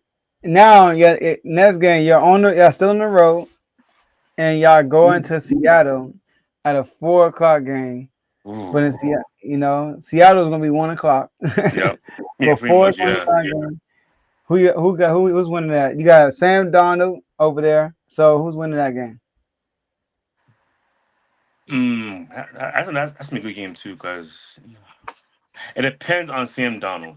That I really Mm. think if Sam Donald does not really play to the expectations, it's easily the Colts. Because I think the Seahawks do have a good solid defense. They do have a good receiver, and the running back. If the running back also stays healthy as well too, Yeah, Kenneth it, Walker. it could be a toss up. But if the quarterback in Seattle isn't playing well, the running back is always getting injured. I'm gonna give the edge to the Colts. So Okay. I'm gonna go with the Colts. Okay. So it's a W. Yeah, I'm gonna go Now we got my boy Dave here in the chat. Ooh, All 49ers. right. 49ers fan, and this is a Monday night game. Monday night game, prime time, Week 8:15. 16. Sheesh.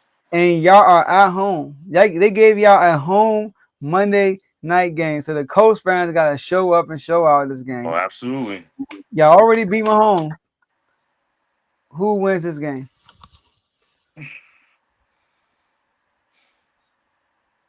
Depends on the health of C-Mac. Okay.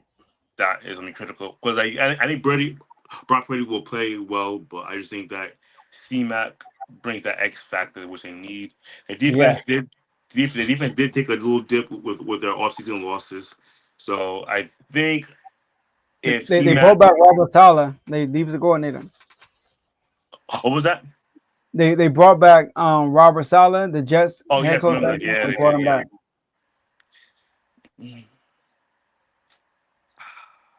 Overall, I'm gonna go with San Fran. So I think, Okay. yeah, I have to be realistic. It's just like Uh-huh. the offense is still good, defense is still there, and they still got Shanahan. So I'm gonna Mm-hmm. give it to 49ers, Oh. unfortunately. But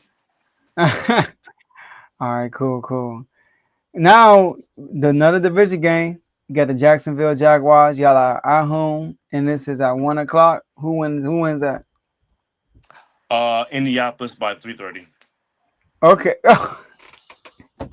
So y'all sweeping the Jags. Yeah, I don't Okay. see. All right. All right. And lastly, last game of the season. This could be for the division. Last Woo! game of the season. You got the Texans in Houston. So this is a flex game. Obviously, every game is a flex game. Most likely, yeah. Look at Dave in the comments. You better know that's a All right. So who you have winning against the Texans? Who you have winning Colts Texans last game of the season? Oh, I don't even know. I'm not gonna lie to you. I don't even know. And these type of games, from what history I have from history, we should win.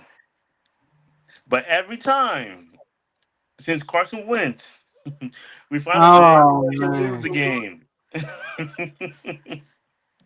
So unfortunately, I'm gonna have to give that to the Texans. Okay. If they're healthy, Texans. All right, so okay, so we wrapped up the schedule, and you have y'all going 10-7 Nice, nice. and 4-2 in the division. Yep. I think that's reasonable. That's reasonable right there. I see it too. Yeah. Yeah, 10-7, 4-2 in the division, and this will be good. I mean, Steichen as the offensive coordinator, Jalen Hurts first year starting, they went Yep. 10-7. You know, so it can happen, and y'all can make the playoffs if y'all go 10-7. So we'll see.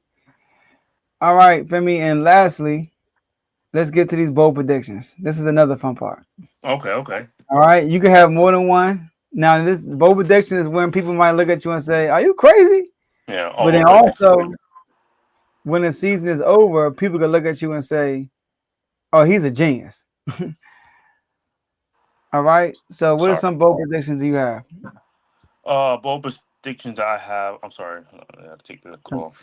Sorry No, about that. you good. Bold predictions for this year. Um, I think Jonathan Taylor rushes for 1,400 yards. He said, he said how much?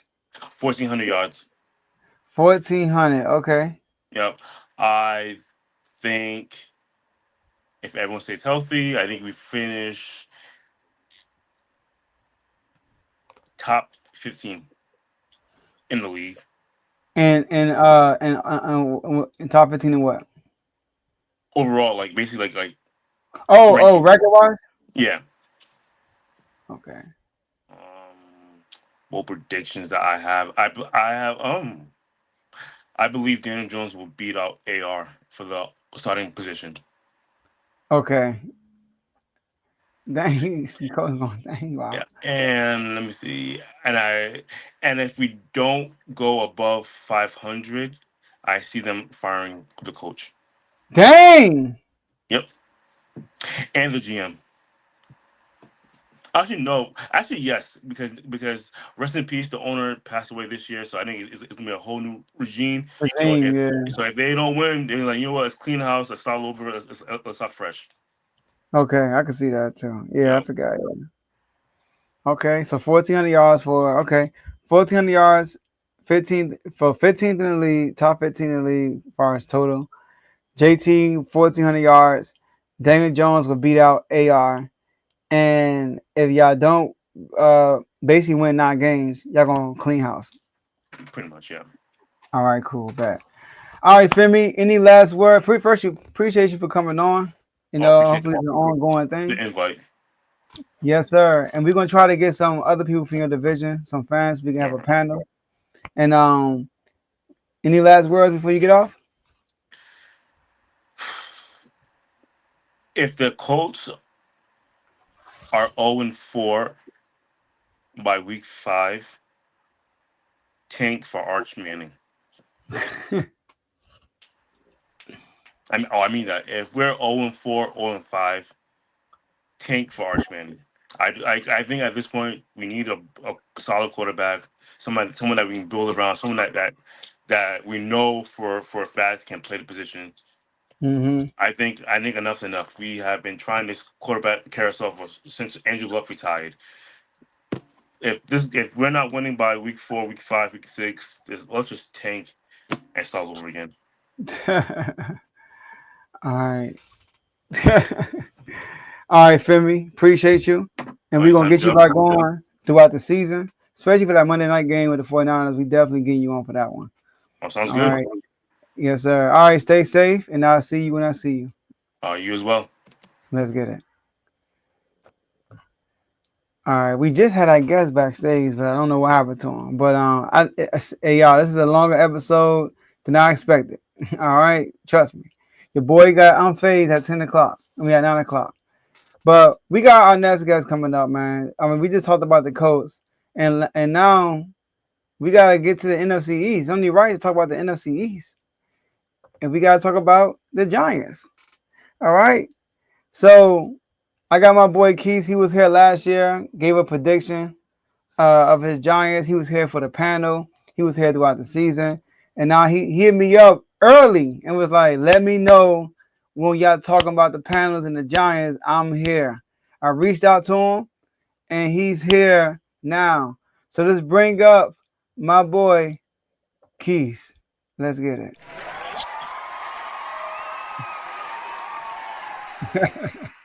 What's good, Keys? How you doing, man? What's up, man? What's good, man? Yes, Y'all sir. ready I for see the you. football season, man? Yes, I know, sir. man. Itching and scratching for the football season, man. We got first game Thursday. Yes, sir. Yes, sir. Hall of Fame game. I see you rocking the jersey too. Hey, yeah. Shout out to them DC Defenders. Okay, okay. Yes, sir. Yes, sir. All right. And so we here. We gonna kick it off.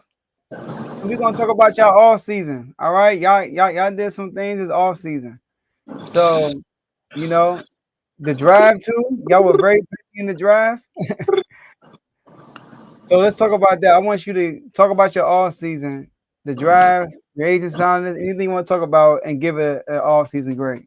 I feel like it's just like just by just having the expectations of last year and not leading up to those expectations and having 3 wins. I feel like we got better overall as a team, far as like back end starters, like that dog mentality defense. Mhm. I feel like we got a leader at quarterback with Russell Wilson. I feel like we was trying to make Daniel Jones a leader, but he was still trying to figure it out. Um, Tracy been doing his thing. I feel like he's going to do even more now that he's in the starting role and having the rookie that we drafted, Cam Scatterbo. That's just going to be like a 1-2 punch, like Detroit, like how the Washington Commanders had. Have we had Amon Bradshaw, Brandon Jacob? Mm. Just like you need that complement to each position, so it ain't be like Malik Neighbors. He had 170 targets. I was like that wear and tear on one player is it should be gradually passed on throughout the receivers. They bring back Darius Lane. I feel like he's going to do better with Russ at quarterback because Russ more deep ball to check down, then Daniel Jones is like trying to get the ball out of his hands as fast as possible. Um, I feel like our tight ends is a good group. It's competition. Drafting the tight end that was top in his class when he was in college, Fedoni. That was the kind of like we always each year that we got Joe Shane. I feel like he grabs a steal at tight end. O line is just competition. Evan Neal's starting to look good at guard.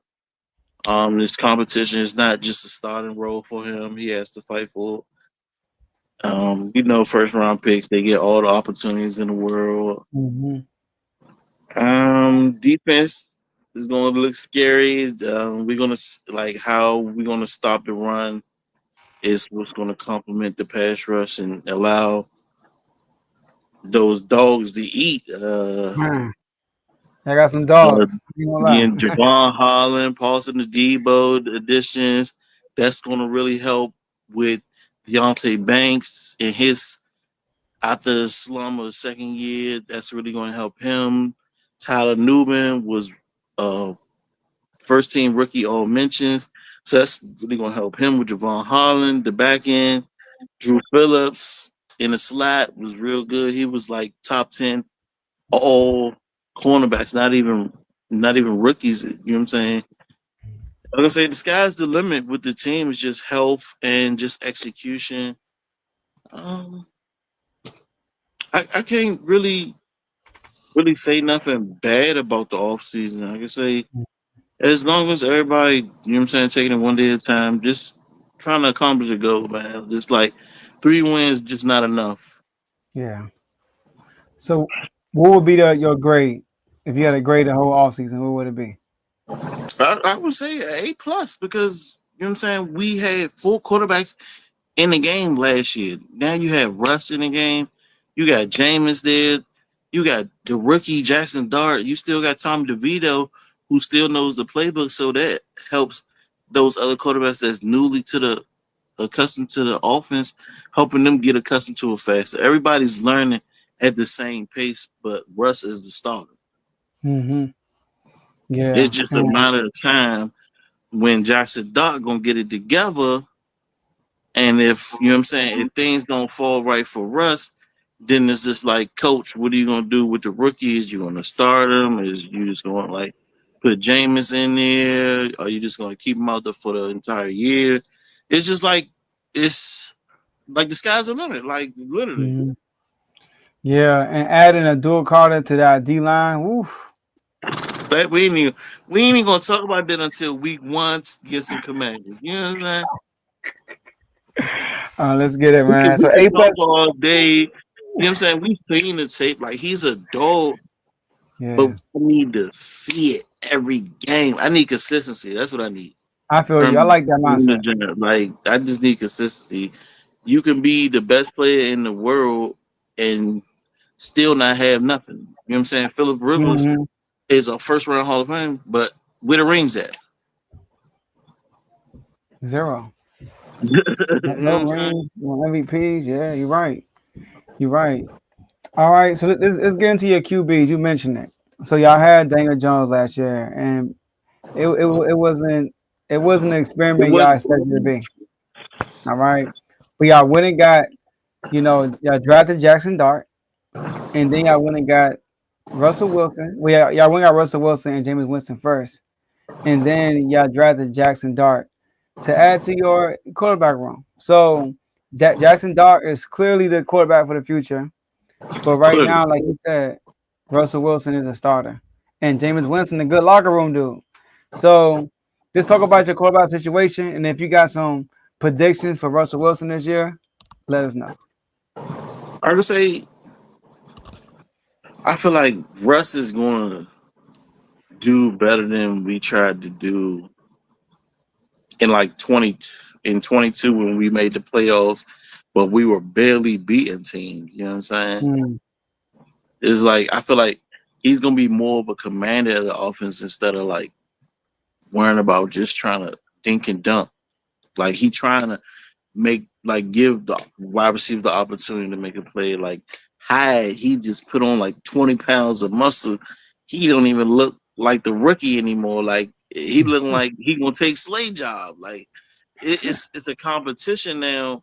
It's not more so worrying about we got to get the ball to Malik. We got to get the ball to Malik. Like it's now is we have weapons. We have competition in the running back room. We have competition in the tight end. The offensive line is back healthy. Health is everything for us in the trenches because Andrew Thomas went out, Dexter Lawrence went out. Those are two prolific players. Those are players in the trenches. Like if those, I feel like if those players stay healthy, the sky's the limit as far as with the offensive line. We were mid-season pack like 15, 18 far as EPA per play. Our run game started kicking once Tracy got in there. Like I say, he had about like 4 or 5 games where he had 100 yards. He had he that. was good last year. He had that big game against the Steelers. You know what I'm saying? We had, I would say, like 7 or 8 close games where it could have been. We turned the ball over on offense, or the defense kind of cracked for a big play. So I was like, Russ, man. I feel like Russ is just going. He either gonna get us to 500 or we all NFC gonna be in the playoffs. Mm-hmm. I can say Mm-hmm. because it's first time ever for black quarterbacks taking over. The sky's the limit, man. JD year 2, Russ in New York where he wanted to be, Dak coming back, Jalen Hurts coming back from the Super Bowl. So it's like what you want to do. Yeah, it's competition everywhere, and so like, so you do expect Russ to start the whole year though. I expect him to start the whole year. Yes, Mm-hmm. Yeah. Yeah, we'll just see. so Okay. just so we don't have to rush Jackson out there. You know what I'm saying? Like It's been tons of times it's been done where first round quarterbacks have set and succeeded that following year. Or you know what I'm saying, later on in the league got in there maybe a quarter or a game or two later on Mm-hmm. in the year when it really don't mean nothing. Just to give him that game speed of the NFL. Mm-hmm. I, Yeah. I I, feel you. I I think. really don't know what to give Russ. Like he can throw for 30 touchdowns easily with Malik Neighbors, Malik Theo Neighbors. Johnson, Tracy Scatterbo, Darius Slay, and Wandale in the slot. Like it's balls to go around, no diddy. You know what I'm saying? I, I feel like Malik Neighbors, he gonna cap his season. He only had what 107 for 1,000 yards. He only had 7 touchdowns. So I feel like he can hit double digit touchdowns. Malik Neighbors. Um, I don't know. We're gonna see what Darius Slay gonna do. He always put up like 700 yards a season. I ain't never seen no 1,000 yards from our receivers since Malik Odell. Neighbors and Odell. Oh, You know what Malik. I'm saying? Malik Neighbors. Mhm. You know what I'm saying? As far as before we got Malik Neighbors. And the duo that we have with Malik Neighbors and Tyrone Tracy, their production is just like the sky's the limit with now we have a commanding quarterback for both positions. You know what I'm saying? Run, the play action, the pass to Malik, like it evolves now. Instead of it just being something simplified for Daniel Jones, where it's just all right, get the ball out, you know what I'm saying? Now Mhm. it's Russ had that mentality of he looking for the big play, but he knows how to command the offense as a whole. Mhm.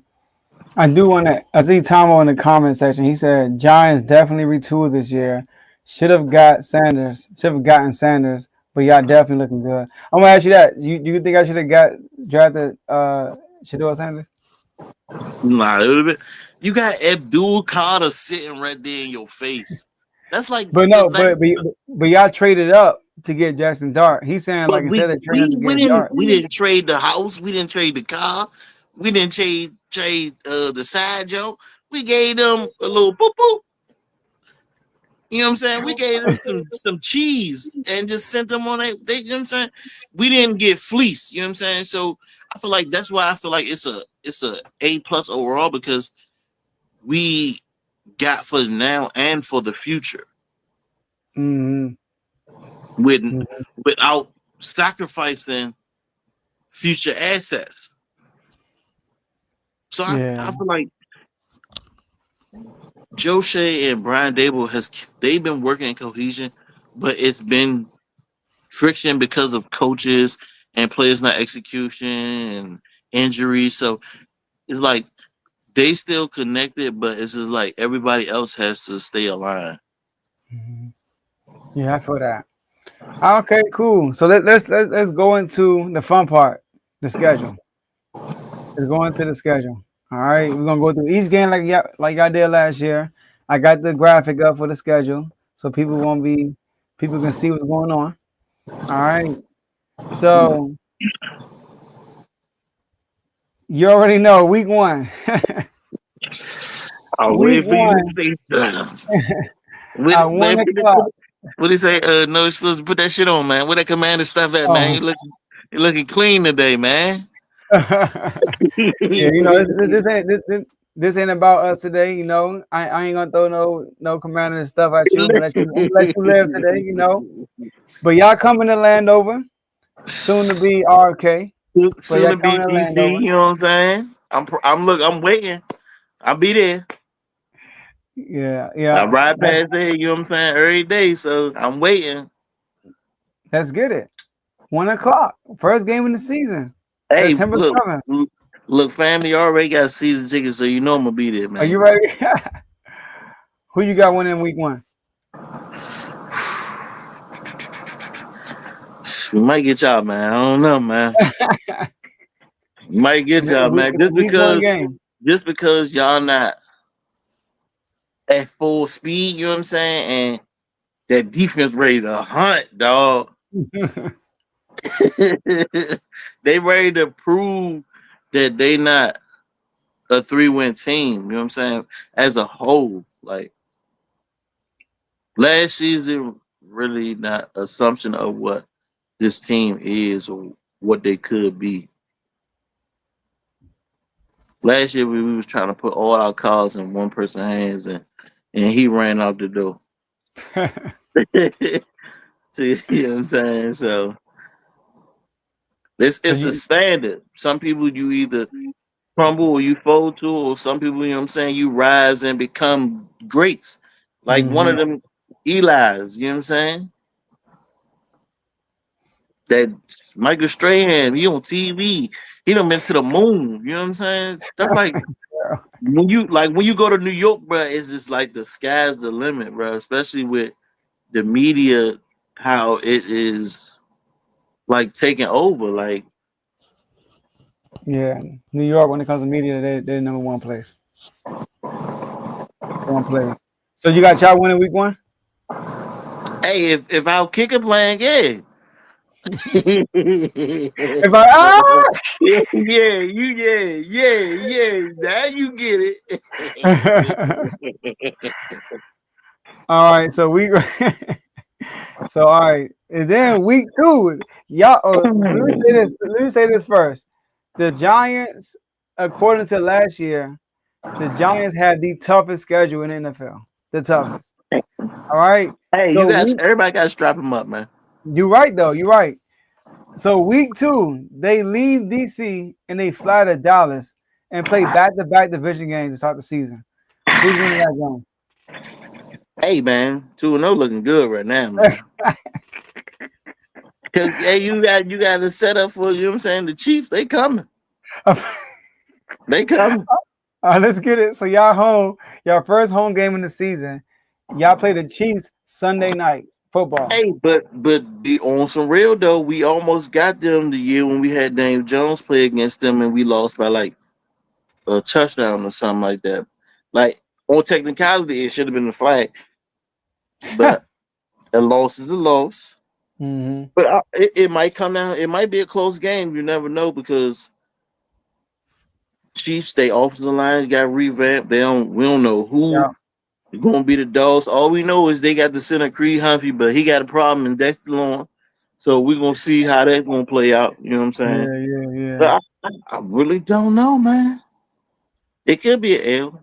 I take the L. Take the L. All right. Even if it was a tough L, you know what I'm saying? Not just like a blowout L, you know what I'm saying? Like how the Eagles did us last year. It was like 7-13 in the span of 2 games. I don't know what happened. I don't know who was playing, you know what I'm saying? I wasn't out there.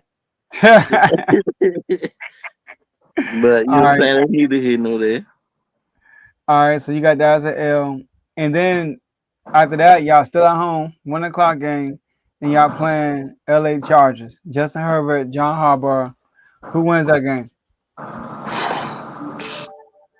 Hey man, on a realistic man, we can go 500. 500. All right. So In okay. 4 weeks, you know what I'm saying? I'd be That'd be satisfied. yeah. Be That'd be good. satisfied. That'd be good, especially with who y'all playing off rip. Yeah, You know. exactly. You know what I'm saying? If we win one of the like out of the first 2 games, either we win or split, you know what I'm saying? Win both games or we split, I wouldn't be mad. But if we lose both games, it kind of puts us behind and being like 500. And you be 0-2 in the division too. Exactly. You know what I'm saying? Yeah. So it's not even. That means it put more pressure on those division games. We got to win them. If Mm-hmm. we lose those first 2, you know what I'm saying? Yeah. And then the next game after that, y'all play Kellen Moore and the New Orleans Saints in New Dog Orleans. walk, dog walk. You say? Let's get it. All right. And then My little brother here, Saintsville. That's a dog oh walking show, man. man. And All right. they ain't got who? Taysom Hill and what's his name? I don't know who they starting quarterback at. Derek Carr, who Tyler Derek Shook, Carr retired. somebody. They got Tyler Show. I think he gonna be the starter quarterback. Him We or gonna see. yeah. And then When he got drafted, 7th round or something like that. nah, he got drafted before that, like 4th or 3rd round, something like that. Like 4th or 5th I think he round. probably like He 5th got maybe. drafted. He got drafted Because it before was a Shador. day 3. He was a day 3. Yeah, he got drafted before Shador though, for sure. Yeah, but that was publicity though. Yeah, you know what it is. Yeah. If let's be real, bro. That was publicity, bro. Like if it was any other program, maybe like SEC program, he would have got drafted higher. But it's just a different ball game. We playing against grown men who getting paid to do a job than young men who are trying to get paid to do a job. You know what I'm saying? Facts. So it's just a way to see what he does with his opportunity in Cleveland. Because let's be I'm honest, leaning who do they have over there Joe that's Flacco, really Joe. keeping him from being a starter? Nah, for real. If they give him an opportunity, he should get it. He should get it. He's a good quarterback, don't get me wrong, but it just wasn't the pick for us. You know what I'm saying? At that time, like just like the year before, where they had us going when Josh Allen was in the draft, and we got somebody totally different. Yeah, facts. So it's just like how your calls get played is just how you play it, man. Yeah. And like, okay. So then 2 primetime games early in the season. Week 6. Y'all go to Philly. Sorry, y'all at home. And y'all play Philly Thursday night. Who wins It's that game? like a devil and an angel right there. Like we owe them an ass whipping, like respectfully. They is the Super Bowl champs. Good night, bro. You like got me in a rock and a hard place, man. I don't know if I want to win, a loss, or a tie, just to screw with them. It's in Philly Thursday night. Man, but that's not the same Philadelphia Eagles that won the Super Bowl. Yeah, they lost some veteran guys. They lost key pieces. Let's be real.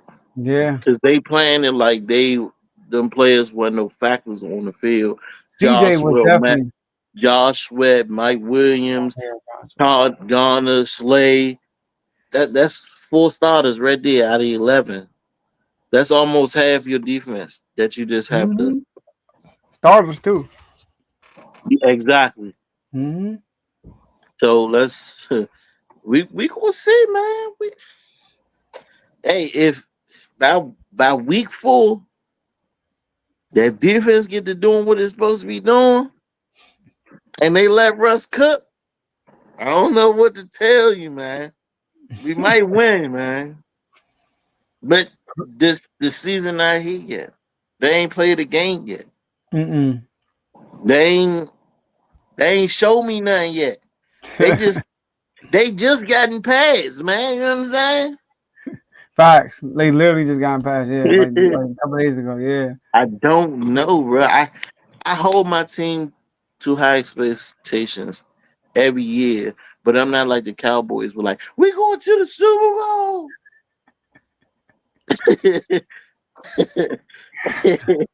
I hold my team up to high, so they, you know what I'm saying? So I walked. Yeah, that's a Giants fan. I want that respect. You know what I'm saying? I feel that. Stop playing with me like I'm a basketball, cuz. Treat me like a trophy. You know what I'm saying? I'm one of them. That's what I hold my team to. So y'all be in Philly Thursday night? I don't know, dog. We need answers. In my DM, I don't know, dog. We need an We answer. might take that L though, dog. You know what I'm saying? Right. Respectfully, you know what I'm saying? We'll take that L respectfully. It's Thursday night in Philly, bro. Real talk. I want to win. It's Thursday night in Philly. So you mean put L or W?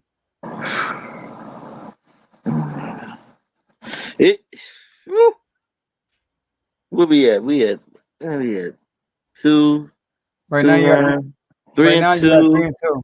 And y'all play Philly 2 weeks later at home. So see, this the crazy. You see how our schedule is, dog? Yeah, bro. Schedule weird. I know. 2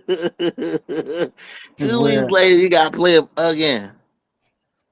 just played the Chiefs, just played the Us and Cowboys, Cowboys. just played the Commanders, who were one game away from the Super Bowl. Like we might go 2-4, man. 2-4. Cool. I respect Get that. it back on the back end, man. Get on the roll. I feel like. All right, and then after that, y'all on the road and y'all go to Denver. Y'all play the Yeah, Broncos. we gonna cause havoc over there, man. Okay, so W. We gonna cause havoc over there for Bo Nix, man. We're gonna All throw right, us a couple picks, man. The bank's gonna be closed, man. Bo picks. I got you. The bank's gonna be closed, man. Let's say Banks, I need a pick, man. I need some picks from like I feel like we gonna last year we didn't really get too many turnovers. I feel like this year we emphasizing turnovers, like get that ball, dog. Well, y'all back playing Hey, Philly. Oh, I'm tripping. That Thursday night game is at home. It's in New yeah, York. And now this game is in Philly. 1 in o'clock. Philly, Philly. in Philly. Hey, you gotta feed the dog at his home. You know what I'm saying? You gotta feed him that L in his home, man. All right. So I said, L. Okay, so y'all split with Philly this year. I like that. And then after that, y'all are back at home and y'all play the 49ers. So it's a tough schedule, man. You got y'all against all these heavy hitters. I feel like But we're y'all gonna be at like a home. roadie course. We're gonna be either 500, below 500, above 500, below 500, above 500. It's gonna be like it's gonna be a crazy season, man. I feel like I So, don't know. We might get our stride after the bye week. mm. You So see how late we got a bye week. yeah, week 14. Crazy. So who you got? You got y'all and the 49ers. 49ers, they back healthy. They are. They back healthy, so I will give them that dub. You know what I'm saying? Because they Mhm. are again a playoff caliber team They are. who is capable of going to the Super Bowl. I wouldn't say Yeah. winning the Super Bowl because they were right there and they didn't win it, and they Hmm. were at their peak when they went to the Super Bowl. Yeah, they haven't won since the 90s. So Hey, you know how the Cowboys feel. You know yeah. how. And then after the 49ers, y'all go to Chicago and play the Bears. Hey, go ahead. Mm, mm, mm, mm. I knew it. Come here, little Caleb. Come here, Caleb. That's Yeah. nephew. That's nephew. I can see Caleb running around though against He y'all. running for his life, boy. You got KT, Brian Burns, and the addition of Abdul Carter, Darius Alexander, Chauncey Golson from the Cowboys.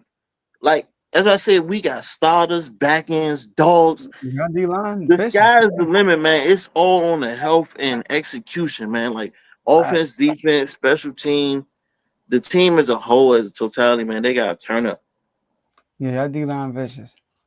And because then after oh, they got y'all against 3 NFC North teams in a row. Because after that, y'all play at home against the Packers. yeah. Hey, it all depends on if John Love healthy or not. If he playing, yeah, they gonna beat our ass. If he ain't playing, we got that dub, man. No question. All right, cool. 'Cause he tough, man. He is a good quarterback. He's inconsistent Hmm. when he has times to take over the game. He don't take over the game Hmm. when the play is right there to be made. Yeah, I So feel that. we must see. All right, Let's take that L. Then we got and then Detroit. yeah, Detroit. We take back to backs. We gonna Okay. take back to backs. I ain't even gonna hold you. Detroit, they if they healthy how they were before they got injured with Aiden Hutchins and dude just start bloop, bloop, bloop. Yeah, I was like, good yeah, night. The bug just got him. I was yeah, like, for real. And there 15 but people if on they IR. would have stayed healthy, yeah, they would have been in the Super Bowl. No questions asked. Dan Yeah, Campbell got that team on lock. Like every game you like, they're about to blow them people out. Facts. But I Yeah, want to say they're not gonna be the same team because they lose both coordinators. whole coordinators. It's just like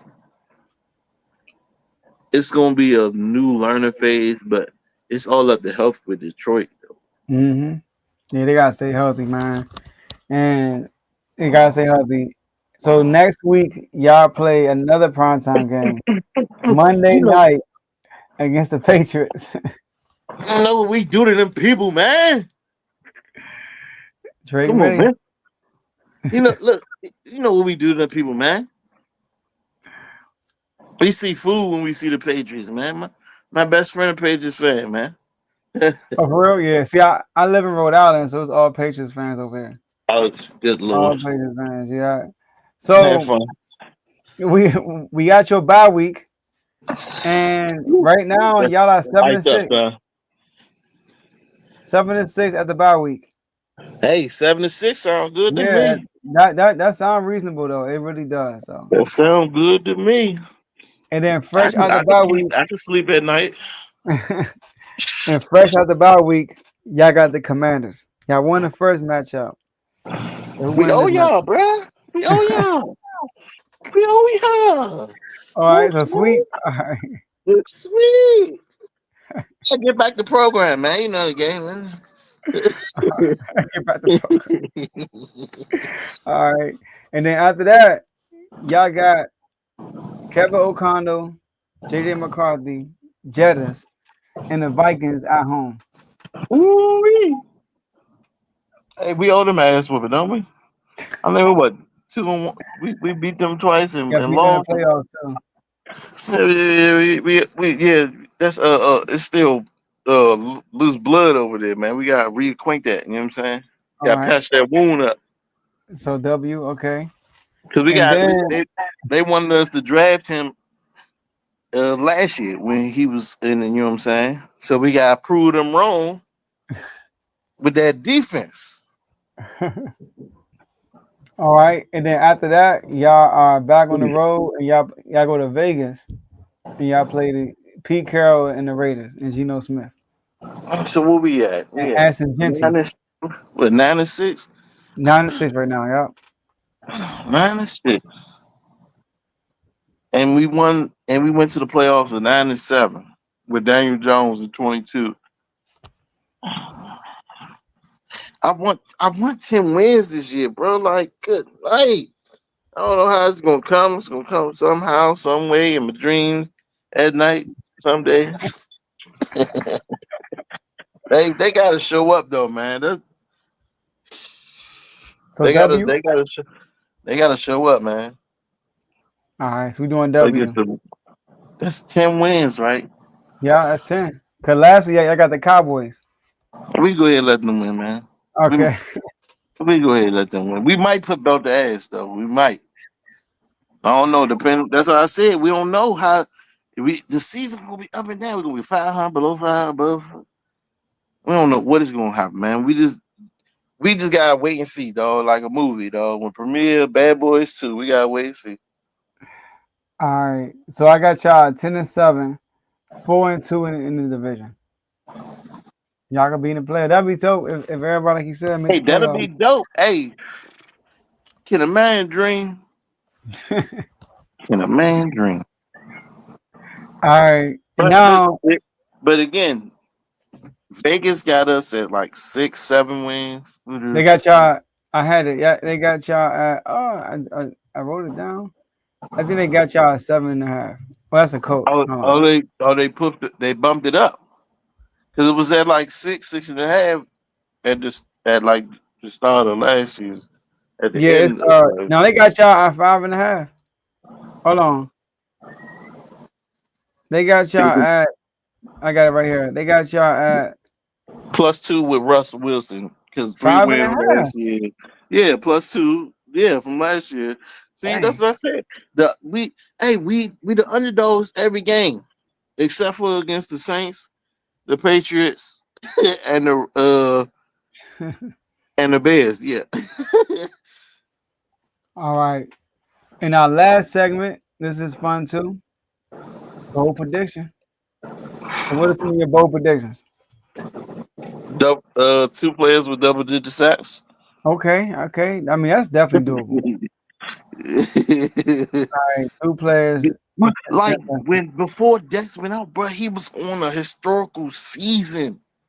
Yeah, y'all play. Yeah, when y'all play us, y'all be getting to the quarterback. I know that for a fact. Everybody check Dexter moves, man.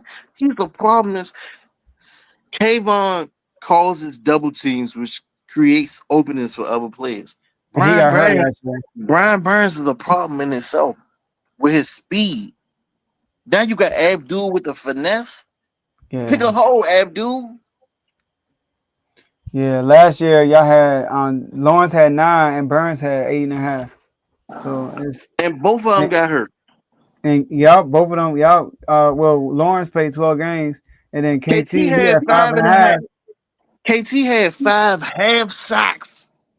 Yeah, I remember he talked about that. Yep. So you know the dog is hungry. And it's time to get paid. Yeah. We waiting on Pasta to get paid. Hey, the money just keep going. And you know when New York get that money, you get that money. And you got any other bold prediction? I feel like another bold prediction, 2,000 yard receivers. 2 1,000-yard receivers. Yeah, even if there's tight end or the other receiver, I don't know. Okay, I got you. We're gonna see. All Tracy, right. he might go for 15. 1,500. All purpose, you know what I'm saying? He might go Oh, for 15. okay, I can see that. Yeah, Tracy 1,500. All Because he wasn't a purpose. starter and he had 1,000.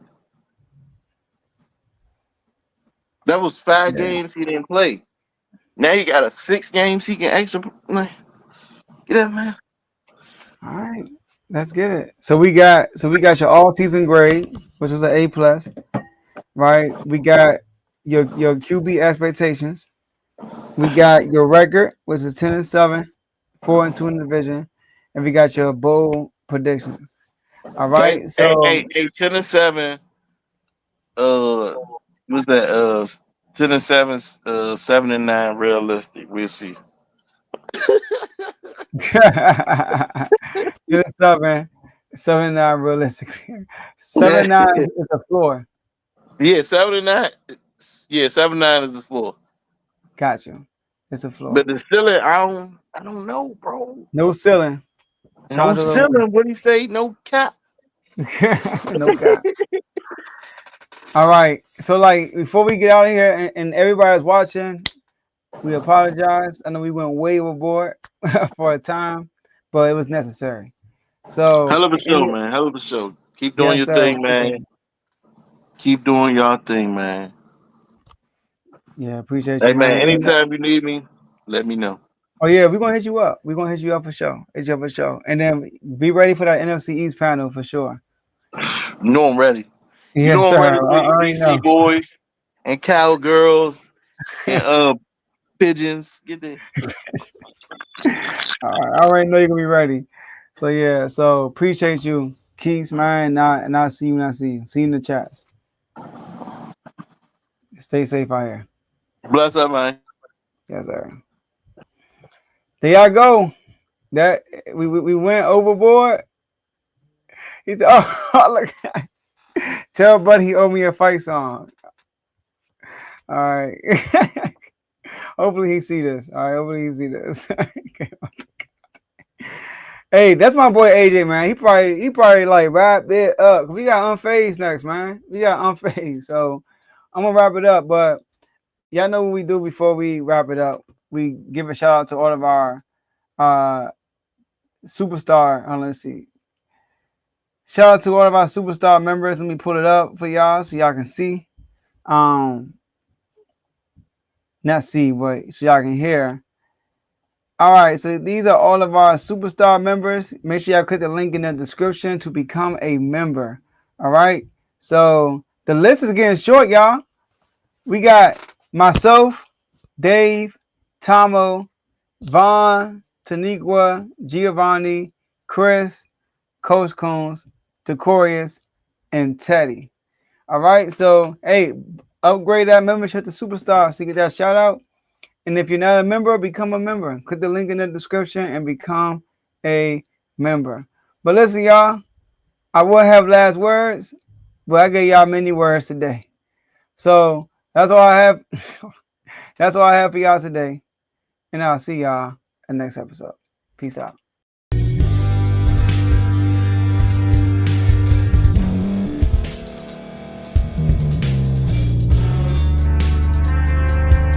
Thank you for staying to the end. If you're watching this on YouTube, please like this video, subscribe, and also hit that notification button so you can be notified next time we put out a video.